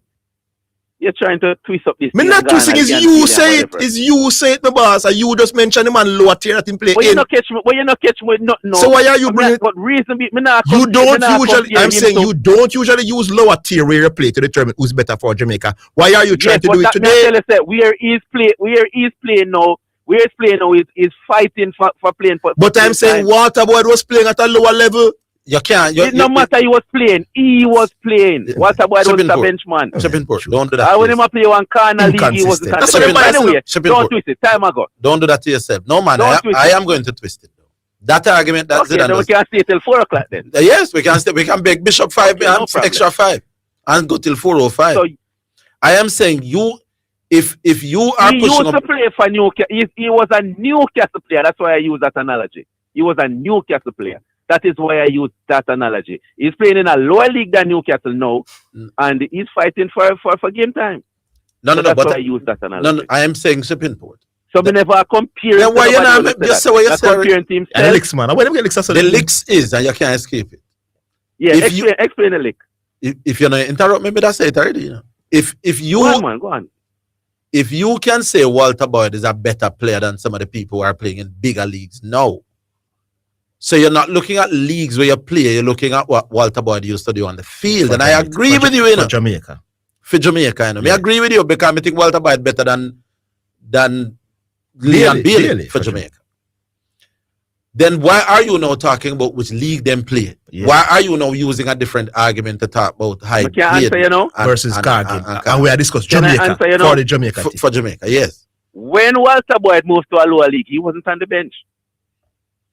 He had never. So if he was on the bench for the lower league, he would. So if he was on the bench for the lower league, Leon Bailey would be better for Jamaica. Well, and nobody try to twist the thing for you. No, me ask a question. My argument is he is in a lower league than where he was playing, and he's on the bench. So I'm asking you, if when you go down in a league, you're not supposed to hold the bench. So if Walter Boyd, you go down in a class, man. So if Walter Walter Boyd, him dead. Look at worshipping port. This big guy. No man, this big guy. If this man play for Newcastle and he go down in a lower league, you're not supposed to. So your basis for saying if you play for Newcastle and you go down a Division 1, you're supposed to. It makes Cargill better. Your big argument to say Cargill is better than Hayden is because Hayden get what you say in the bench down Newcastle. That's your argument. Nobody try to. Don't try. That's not my argument. I use that analogy because he must have as a player that you use that as an analogy. We are talking about two of them. No, don't try to put the argument here. We're talking about the two players. Hey. Peter Cargill is a better player than him. Based on what? Jamaica, far better for Jamaica than him. All right. Yes, that's why I'm going to make. Where was he last? In a big game like last night, where was Isaac Hayden? Big game like last night. Isaac Hayden played very well last night game. Where was he? The man play him role, brother. What? You realize that how much of a 10 would you give him? How much you realize that he could break us down until he come off? Hey, that's why I can't make. 10 would you give him? I could leave it here. He was brilliant before he was taken. Me telling you every day. He wasn't brilliant yesterday. He wasn't brilliant in the game before. He protect the back line perfectly. New Caledonia game. Perfect. Me telling you every day. Peter Cargill has never been missing for Jamaica in no game. Peter Cargill command the ball, going forward in tackle. You see Peter Cargill in the game. Zidane, let me tell you something. Let me tell you something about this Peter Cargill. Peter Cargill had one of the easiest jobs on that Reggae Boys team. When Peter, no. I'm saying when Peter Cargill made an error or didn't track enough, wasn't quick enough, he had 2 center halves plus a sweeper behind him. Yes. And no, that's not it, Orville. Give him a chance to make the point, man. I'm saying defensively, make your point. Peter Cargill had one of the easier roles. He was on the team. I think more for his leadership. He was very calm. Yes, and his ball retention. And he could keep the ball, but he wouldn't do anything going forward. So Peter Cargill passed sideways or behind. Yes. I'm saying when he went in for a ball and got beat, he had 2 center halves who were the heart of the team. Yes, plus a sweeper. To cover all of that. To cover all of that. Yes. Peter Cargill on that Jamaican team was needed more for his ability to keep the team calm. They saw Peter Cargill as a father figure, a coach for the team, but in terms of the ball in foot, he was highly overrated. Yeah, man, not special. Not a very special player. That version of him. That version of him, very hard. To compare with Isaac Hayden with the ball, I'm not underestimating his importance. He's better with the ball at his feet. He's better with the ball. But to say with the ball at his feet, Peter Cargill used to pass sideways every time. Pass behind him every time. And he doesn't cover ground. And he doesn't cover ground. He can't go up and then. He never had the pace. No transition game. No transition game. He never had the pace. Nothing. He never had the pace. So that's why he never special because he had the pace to cover ground. And the ball, and you have to read the game. Read the game because Isaac Hayden. We're going shipping. Can't read the game and we're going. You get lick out the boss. Don't talk to Peter Cargill. Don't make the mistake when you call. You can't make the mistake when you call, boy. You talk about lower league. Yeah, don't try that. Then the man move from Newcastle and go down in the lower league and can't start a big point. Waterboy was not starting for Swansea City down a 3rd division. Waterboy was not starting for Swansea City down a Bramble 3rd division. And that's the reason you figure it. Yes, so we'll come with them something there. We have to leave it. You kill me. You kill me, Ashabin. Kill him, man. Yeah, man, you kill me. Music. All right, time for the show. One from Omari, and it's called God Now Sleep.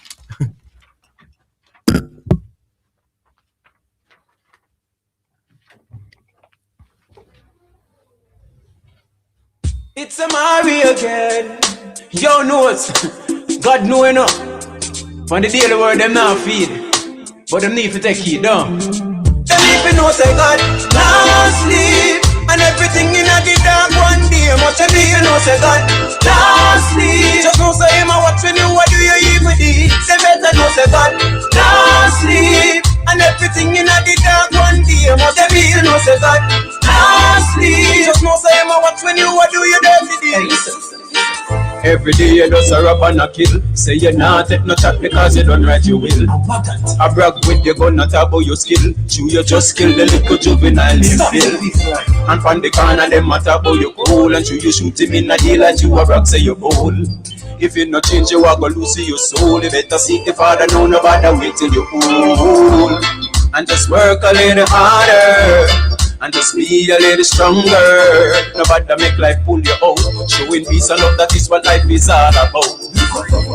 And just be a little calmer, and your life will be much better. Remember everything where you sow, at the same thing you're gonna reap in the end. Then if you know say God, now sleep, and everything in the dark one day. But then you know say God, now sleep. Just know say him a watch when you, what do you even need? Then know say God, now sleep, and everything in the dark one day. But then you know say God, now sleep. Just know say him a watch when you, what do you need?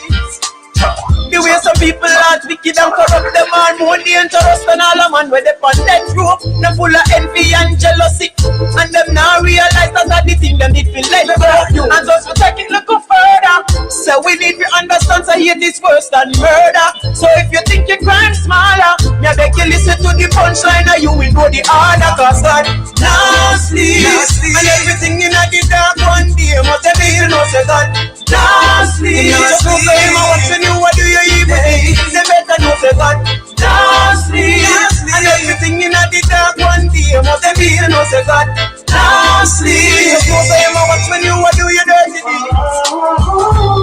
And just work a little harder, and just be a little stronger. Nobody make life pull you out. Showing peace and love, that is what life is all about. That's the way and just be a little calmer, and just be a little wiser. Remember everything when you sow, at the same thing you're gonna reap in the end. Then if you know say God, now sleep,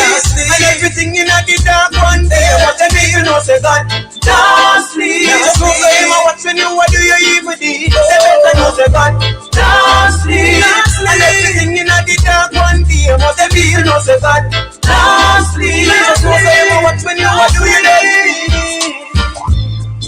Yeah man, more the youth and wise up in the streets, you see me I say.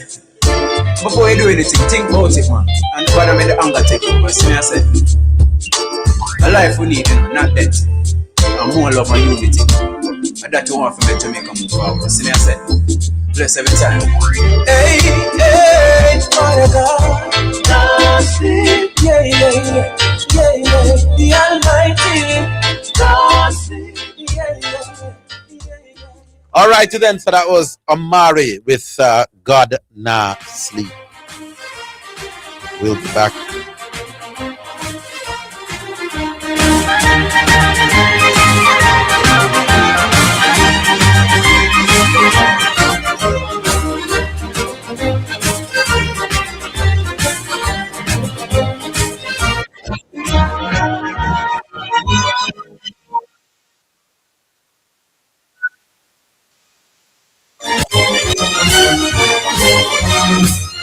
It's the number.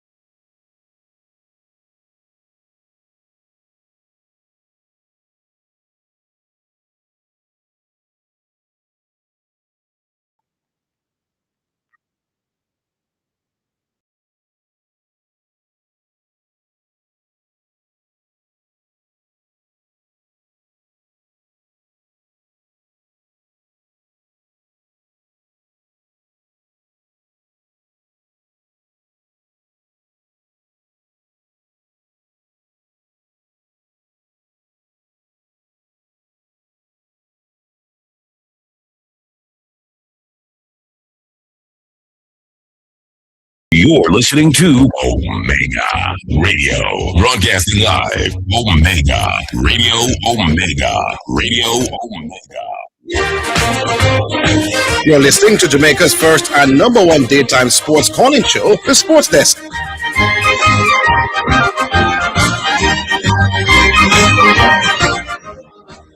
All right, so we're back here online.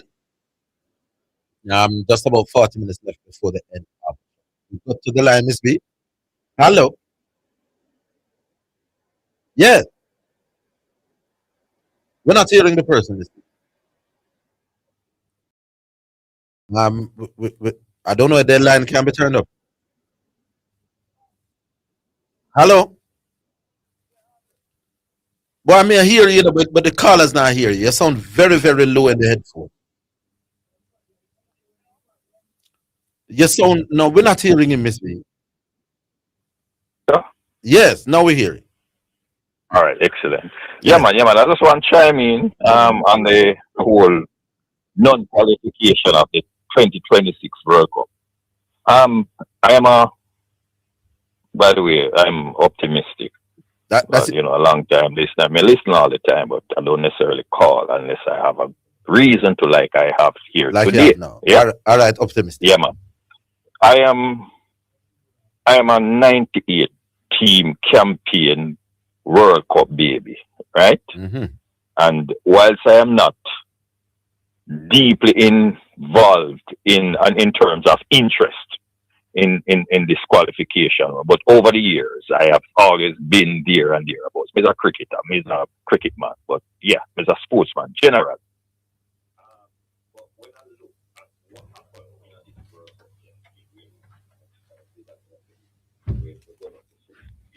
Mm-hmm.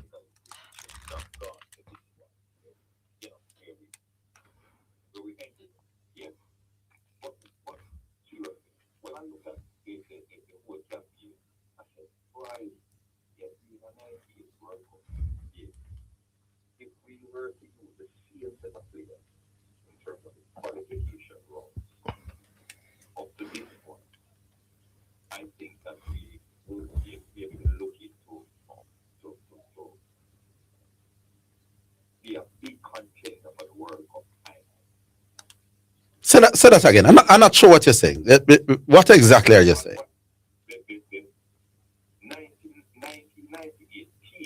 Mm.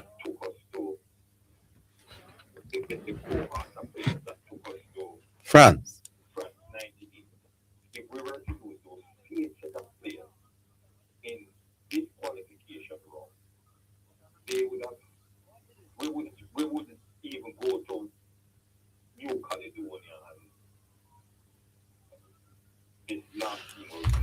Same coach, same coaching staff, same structure, everything. You have to remember, that part of the reason why that 98 team functioned so well is due to a circumstance that doesn't exist today. Do you understand the point that I just made, though? Listen to the point.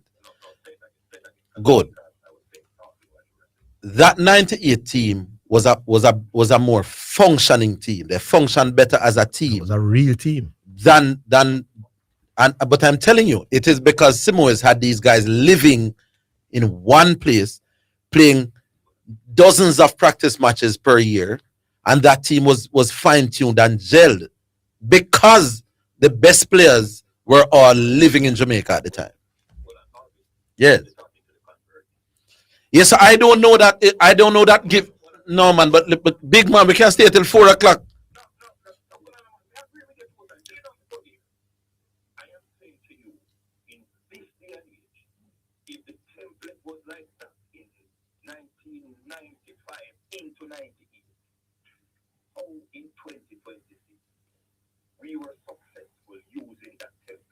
I don't understand what you're saying, but I'm trying to get you to understand. So the people, you say if this team did have similar conditions, they would have qualified as well. I agree. If this, no, because you don't understand nothing at all. I'm saying. Yeah, he's not. You clearly don't understand nothing. So listen now. Listen now. Simoes had the very best players at his disposal living in Jamaica. Jamaica's best footballers were all here. Walter Boyd eventually left from MLS to come here. The majority of the team lived here. So they lived together in the same house, up on Arbrook beside PJ. They played practice matches. And I'm saying that was the reason why that team was such a functioningly good team. This team now, since 98, when the best Jamaican players are no longer playing in Jamaica. They have been exported, Carla. They have been exported. So if this team had the same conditions, where them live together, if you could get Bailey and Kadamatari and Damarai, grade them for living in Jamaica. And build up that bond and a chemistry. Yeah, we would qualify as well. All right. In Mr. Pop. Who's this caller, by the way? I'm not sure.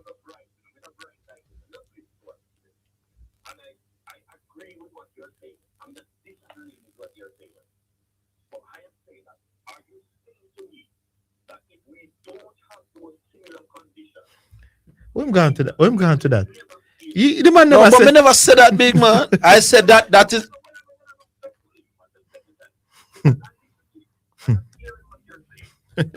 No, man. If no. If you heard what I said, you wouldn't be asking those questions.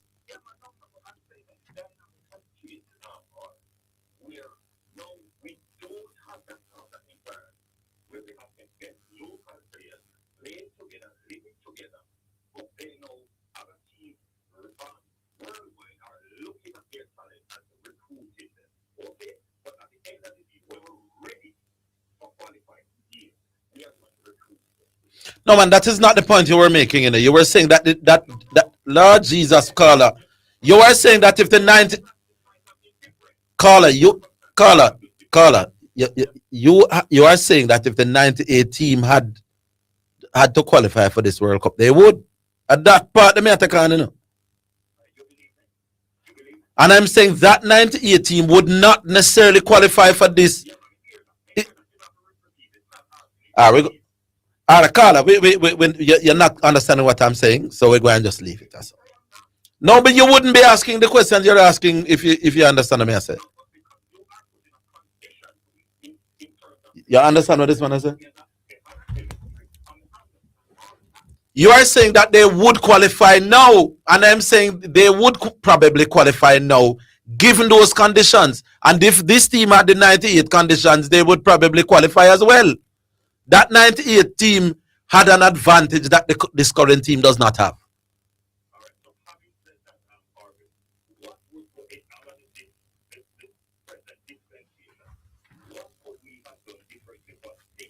That is where you should have started from day one to ask. Better coach, better man, better coach, better coaching, better team selection, and all that. Easily would qualify with all of those.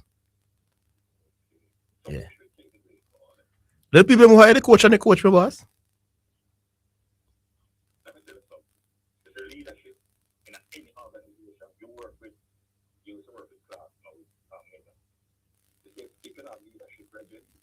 Yeah. No, we agree. We agree with that. We agree. The people at the top. Yeah, man. Yeah, we agree. No, man. We agree. Best part of your card. Best part of your card is.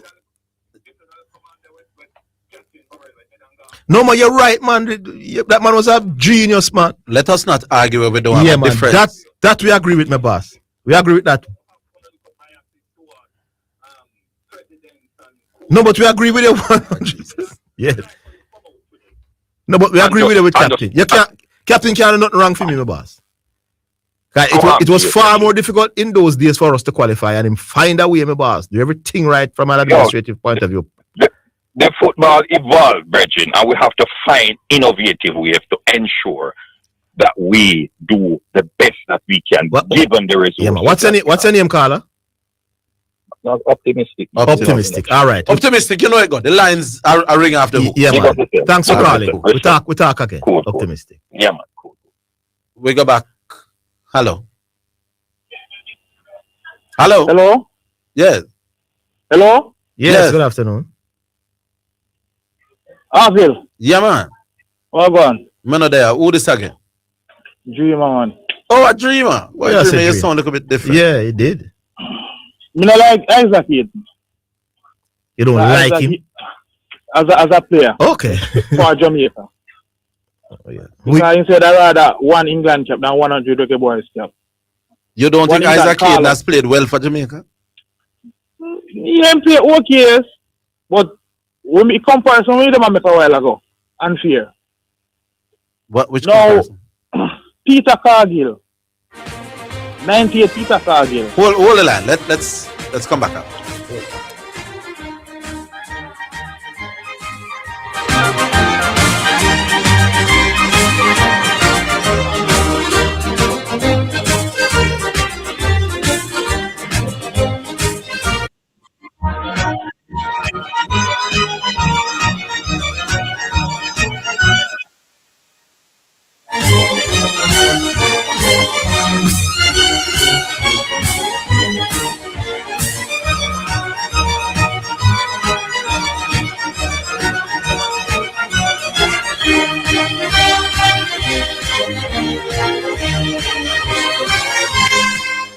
It's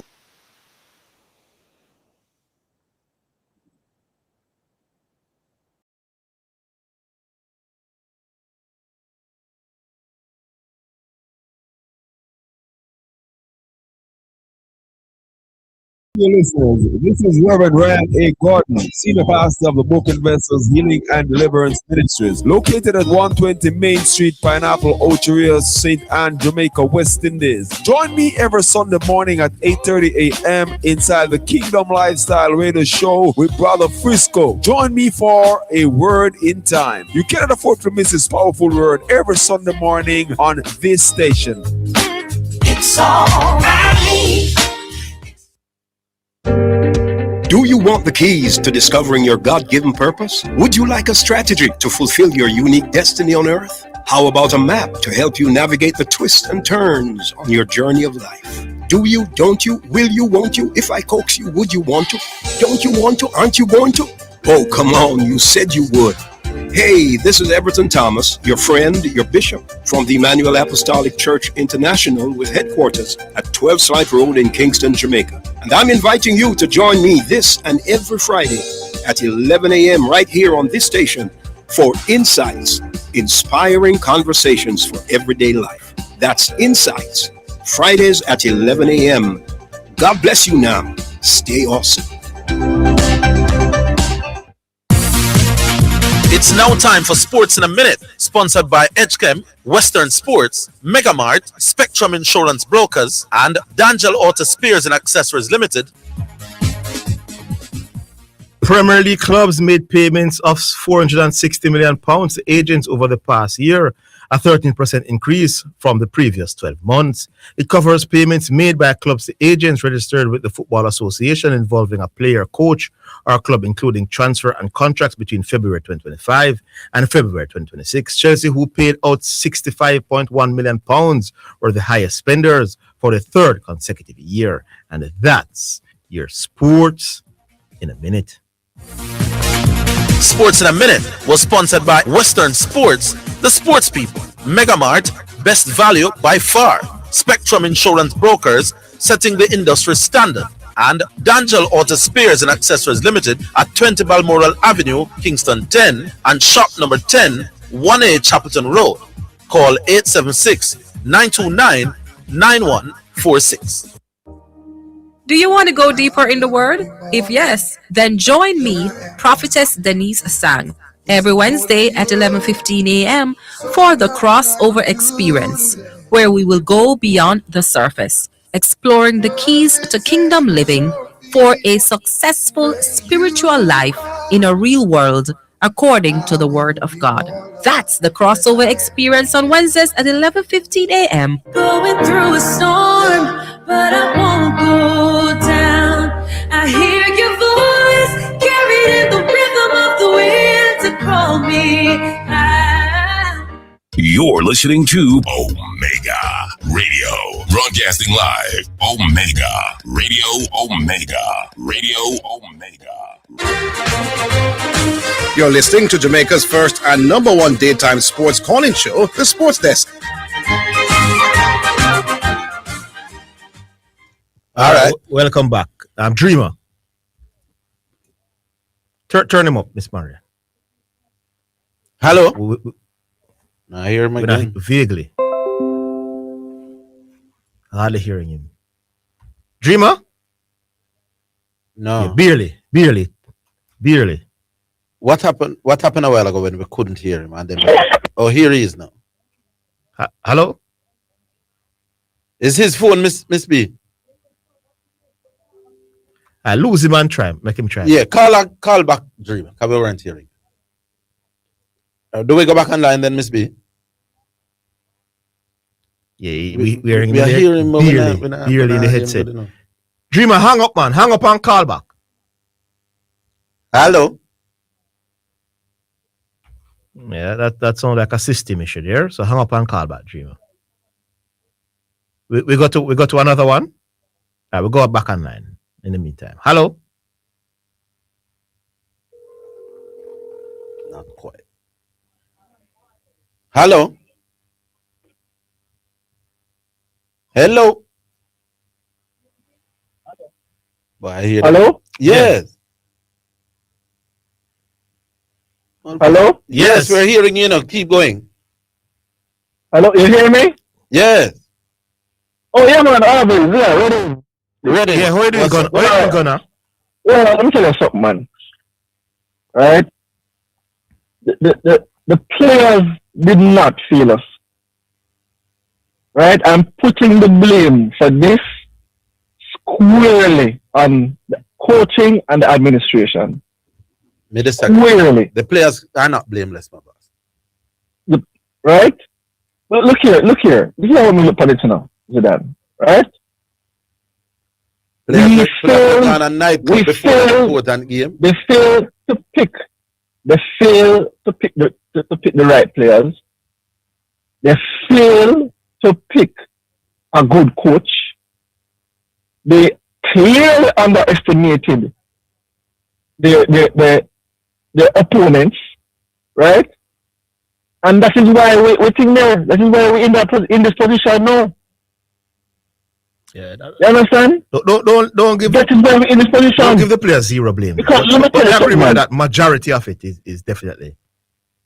Yeah, when we got that draw, everybody looked at this draw after look here. So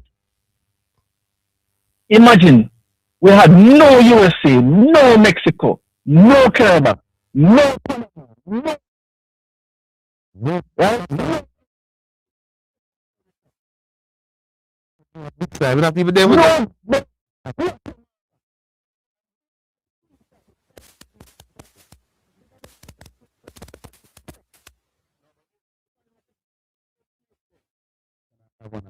I'm more your staker.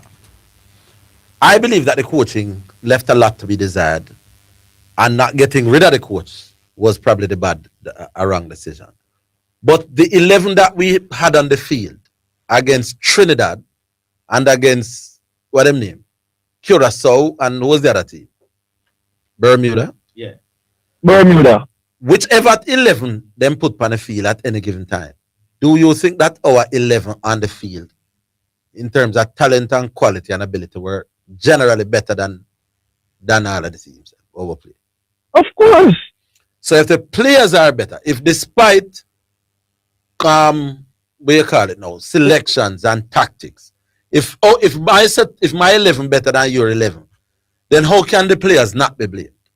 No, but it comes down to coaching. It comes down to direction. So you think the reason why? You think the reason?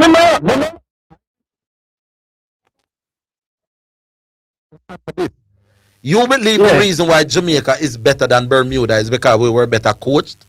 Before the World Cup start, were we a better team than Bermuda and Curacao? Me think of the coaching make us better.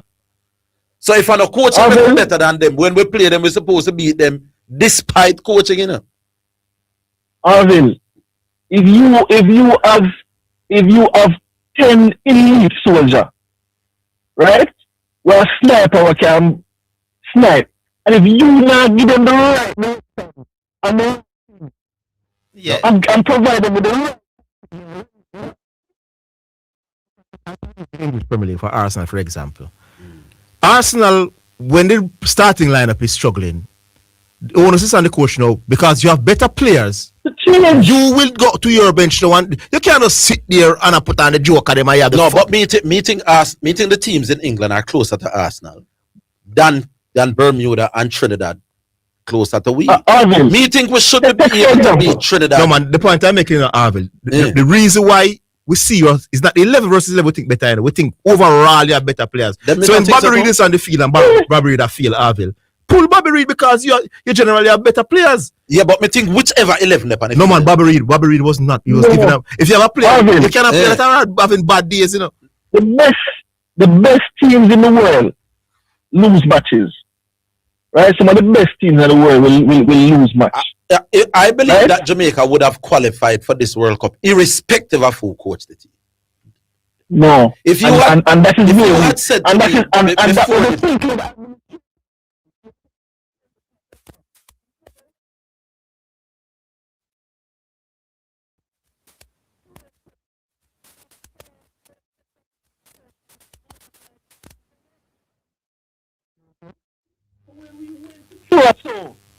right? When we went to Curacao, we are playing around with we went to Curacao. You're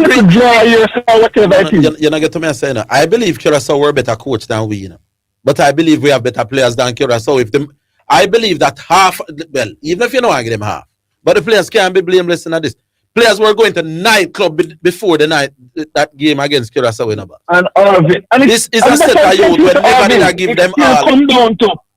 It still comes down to coaching and administration. Is coaching make the man every day up a taboo the night before the Curacao game? You sure, but Orville, remember the 98, you know?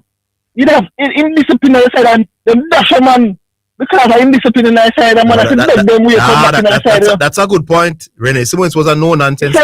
Man used to sell guy. No nonsense. No. I'm saying if you part of the thing why Renee Simmons could build that kind of chemistry, me telling you, you know, is because Renee Simmons had the whole of the team locked them up in our house up in Narbrook every night time. It was easier to monitor. All right. Instead of both of them argue down the place, give the percentage. Which percentage? Because we not agree with you that is 0% for the players. So between coach and administration, 75%. And the players 25%. The players. So sounds fair. 80 million give them. 80 20. All right. Well, it's far. But yeah, so when you come now. So to say that the players were not to be blamed, we can't agree. Yeah. All right. But look here. Even look on the match last night. It's probably one of the better matches I've seen in Jamaica. Yeah, they had a spell. They had a spell where I thought they possessed the ball very well, surprisingly. They controlled the And guess what? And you realize that the coach made the man make one change and the whole competition. It was unfortunate that he hadn't. You take off the only man on the team. Which one? Actually, coming deep, turning and going forward with the ball. That is what his name? Right? You know, the center of the midfield. Casey Palmer. You know me what if Casey Palmer can't play 90 minutes? Because that one was too obvious, too early. No, let me tell you. Casey Palmer was... one of our most explosive and talented winger, Cephas. You have the man on the bench.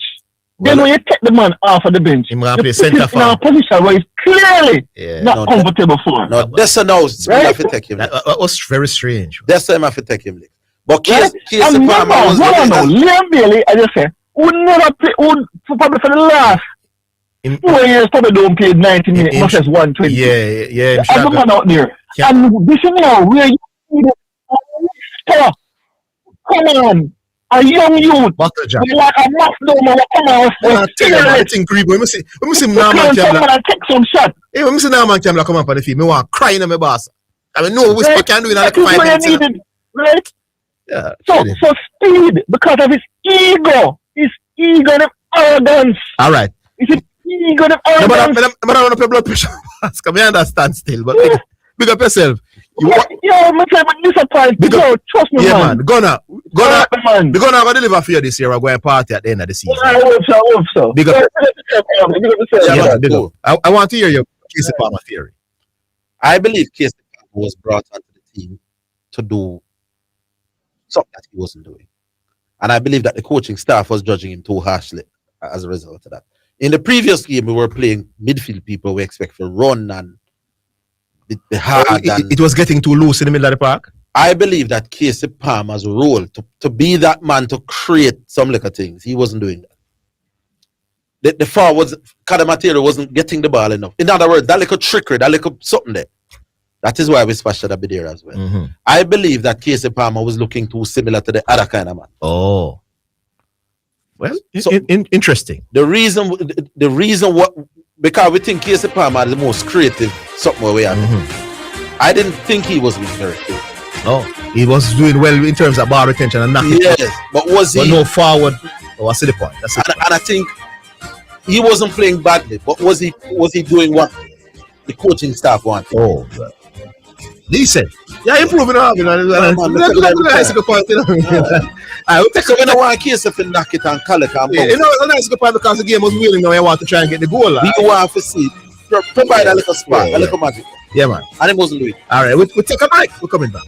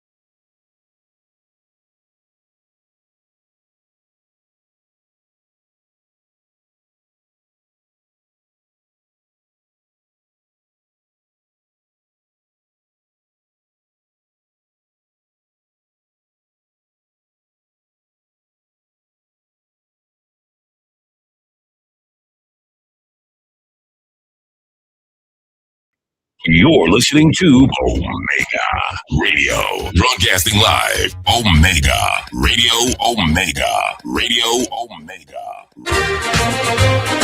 You're listening to Jamaica's first and number one daytime sports calling show, The Sports Desk. Yeah, man, we're back. Who we have there now? Hello? Orville. Mr. P. Zidane. Yes, sir, P. Yeah, you opening remarks this morning about speed, right? And then I then come and call and say, Ricketts first should not resign. And you said, speed is an ordinary man, where JFF is concerned, right? Remember? Yes. Now, there are two things, select and elect, right? Now, there's a committee that select peace. The our president elect him, right? Because him leave too much loophole where peace is concerned. Might be him give him a work check and say do anything what you want, right? So the one is on speed where train is concerned. But our Ricketts give the man too much room for maneuver, right? It's not all the position but him have, He was selected for the Ricketts elect him for the certain little things because in case of I watch when you look at the whole things, elect only two people or one person can't do it, but a select is a panel of people, right? So the one of more than Ricketts, more than the coach. What do you think about that? Fear point. Yeah, like he give a work check and say do anything what you want. Employ a coach, oversee coach, and pay him $3 million and them things, right? Now, if a committee did this boy watcher, you can't do them things, You have to come to a conclusion, and you know what surprises me, Arvin, is when after match, the coach say boy watcher, he coach out the people about to intercept the crossbar, and still for all him never do it because 7 corners.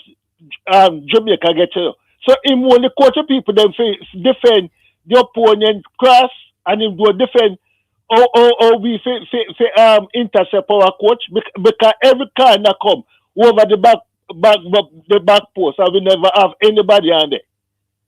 Okay. Orville and Zidane, you watch more football more than me. When last Jamaica have a forward but can't take on two defense without passing. Like you have man like Fuller and the man who could have taken all 3 defense and them things. We have any forward to do it? Out and out forward. Not really. We don't produce a lot of those. Well, so Shaman Nicholson and them people, they're not really that's not their game really. Well, watch out.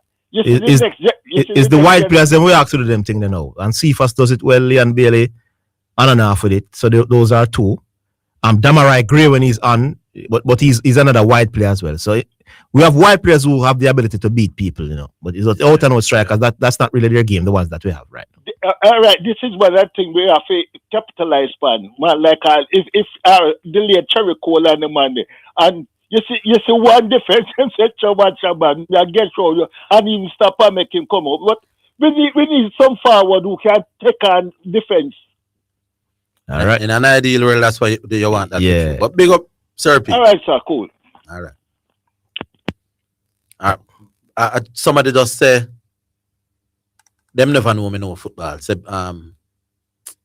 my name was too basic in his play. Casey Palmer. It got to that point, man. It's a great. I'm telling you, right away, it's a reasonable good point. We're not the field for you to be basic. Yeah, they wanted more attacking thrust, So that is why they went for somebody else. We go back online. Hello. Hello, good afternoon. Salty was been trying to get through for weeks.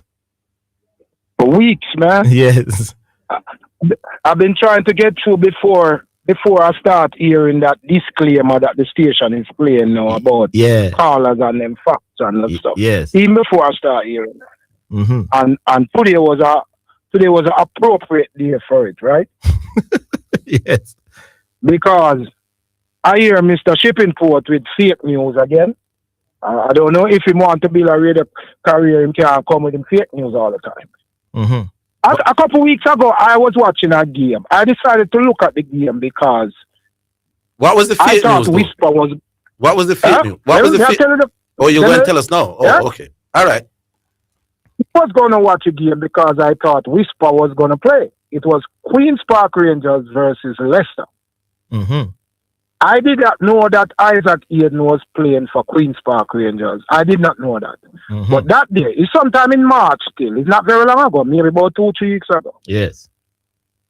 That day, Whisper didn't start. Him come on boy in the 78th minute and Leicester get 3-1. I remember them score first and them end up get 3-1. Mm-hmm. You know who started in the midfield for Queen's Park Rangers? Isaac Hayden. In a 2-man midfield? Isaac Hayden. Okay. Yes. So and that was like about 2-3 weeks ago. So what lower leagues he's talking about that he's playing? In the championship. But the championship is not a lower league. The championship is one of the top leagues in the world. All right, it's lower than the Premier League, so I must say that it mean. No, what so anyway, but listen now, because I don't watch it that much. I just wanted to watch that game because I thought Whisper would be playing. Whisper, yes. Yes. So that's how I found out that he played for Queen's Park Rangers. But, so because I'm here shipping port now, I say, but hold on. But me see the man start what year. Remember go check. Lo and behold, this man has started 14 games in the championship. He has started 40. So shipping port can't get to the team. And he has started 14 games and he has come on as a substitute in 12 games. So that's 26 games that he has been involved in. The main man for the team, Southie. So now me see why the bishop has failed him this game.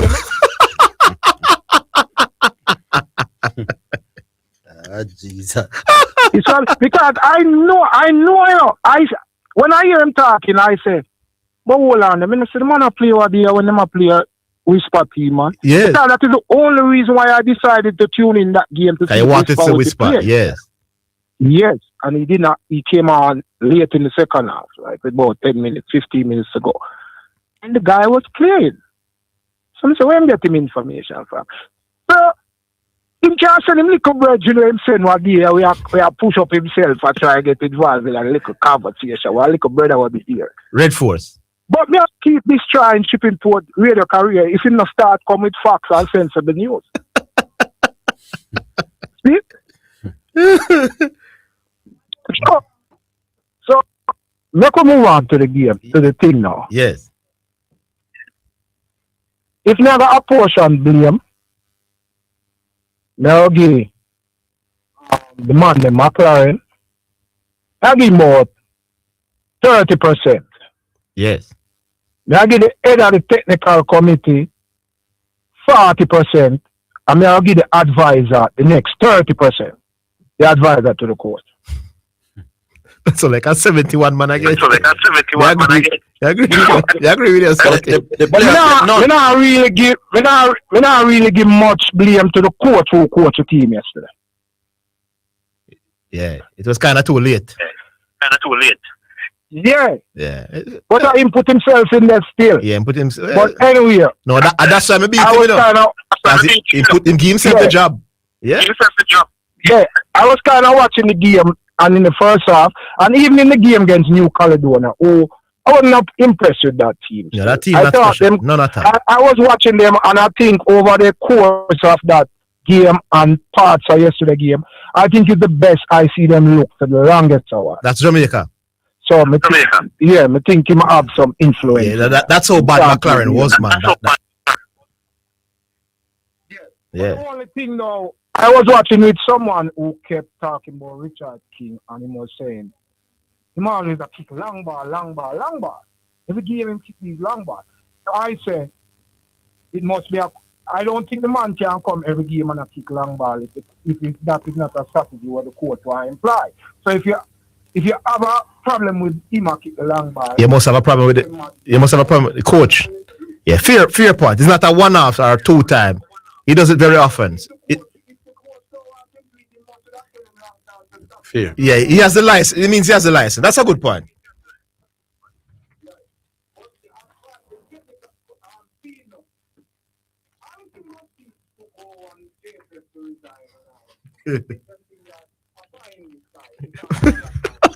I agree.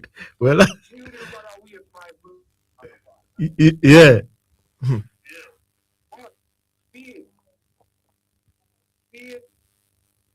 apart McLaren, who Orville tried to support England from 2008 and never got coached in how long. We tell us that this guy was the best candidate. He in a position as head of technical committee when come on radio and say, this guy is the best candidate and he ticks all the boxes. You remember that? Yeah, man. So that is failure from that team. He make a wrong choice. Yeah, man, he did. In a position. He admitted that, though, you know. He has admitted that, though. At the speed for taking licks more than anything. Yeah. But we didn't get the chance to correct it, doing it. That's why I'm vexed, you know.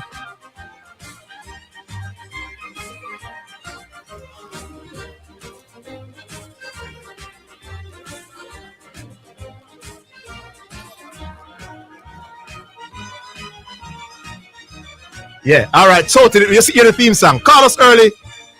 No, man. We would like with a man like you. We have the fine. So, we want to call more often. You know? Yes, indeed. All right. That is it. Join us tomorrow, people. Same place, same time. It's all over again. Until then. So long.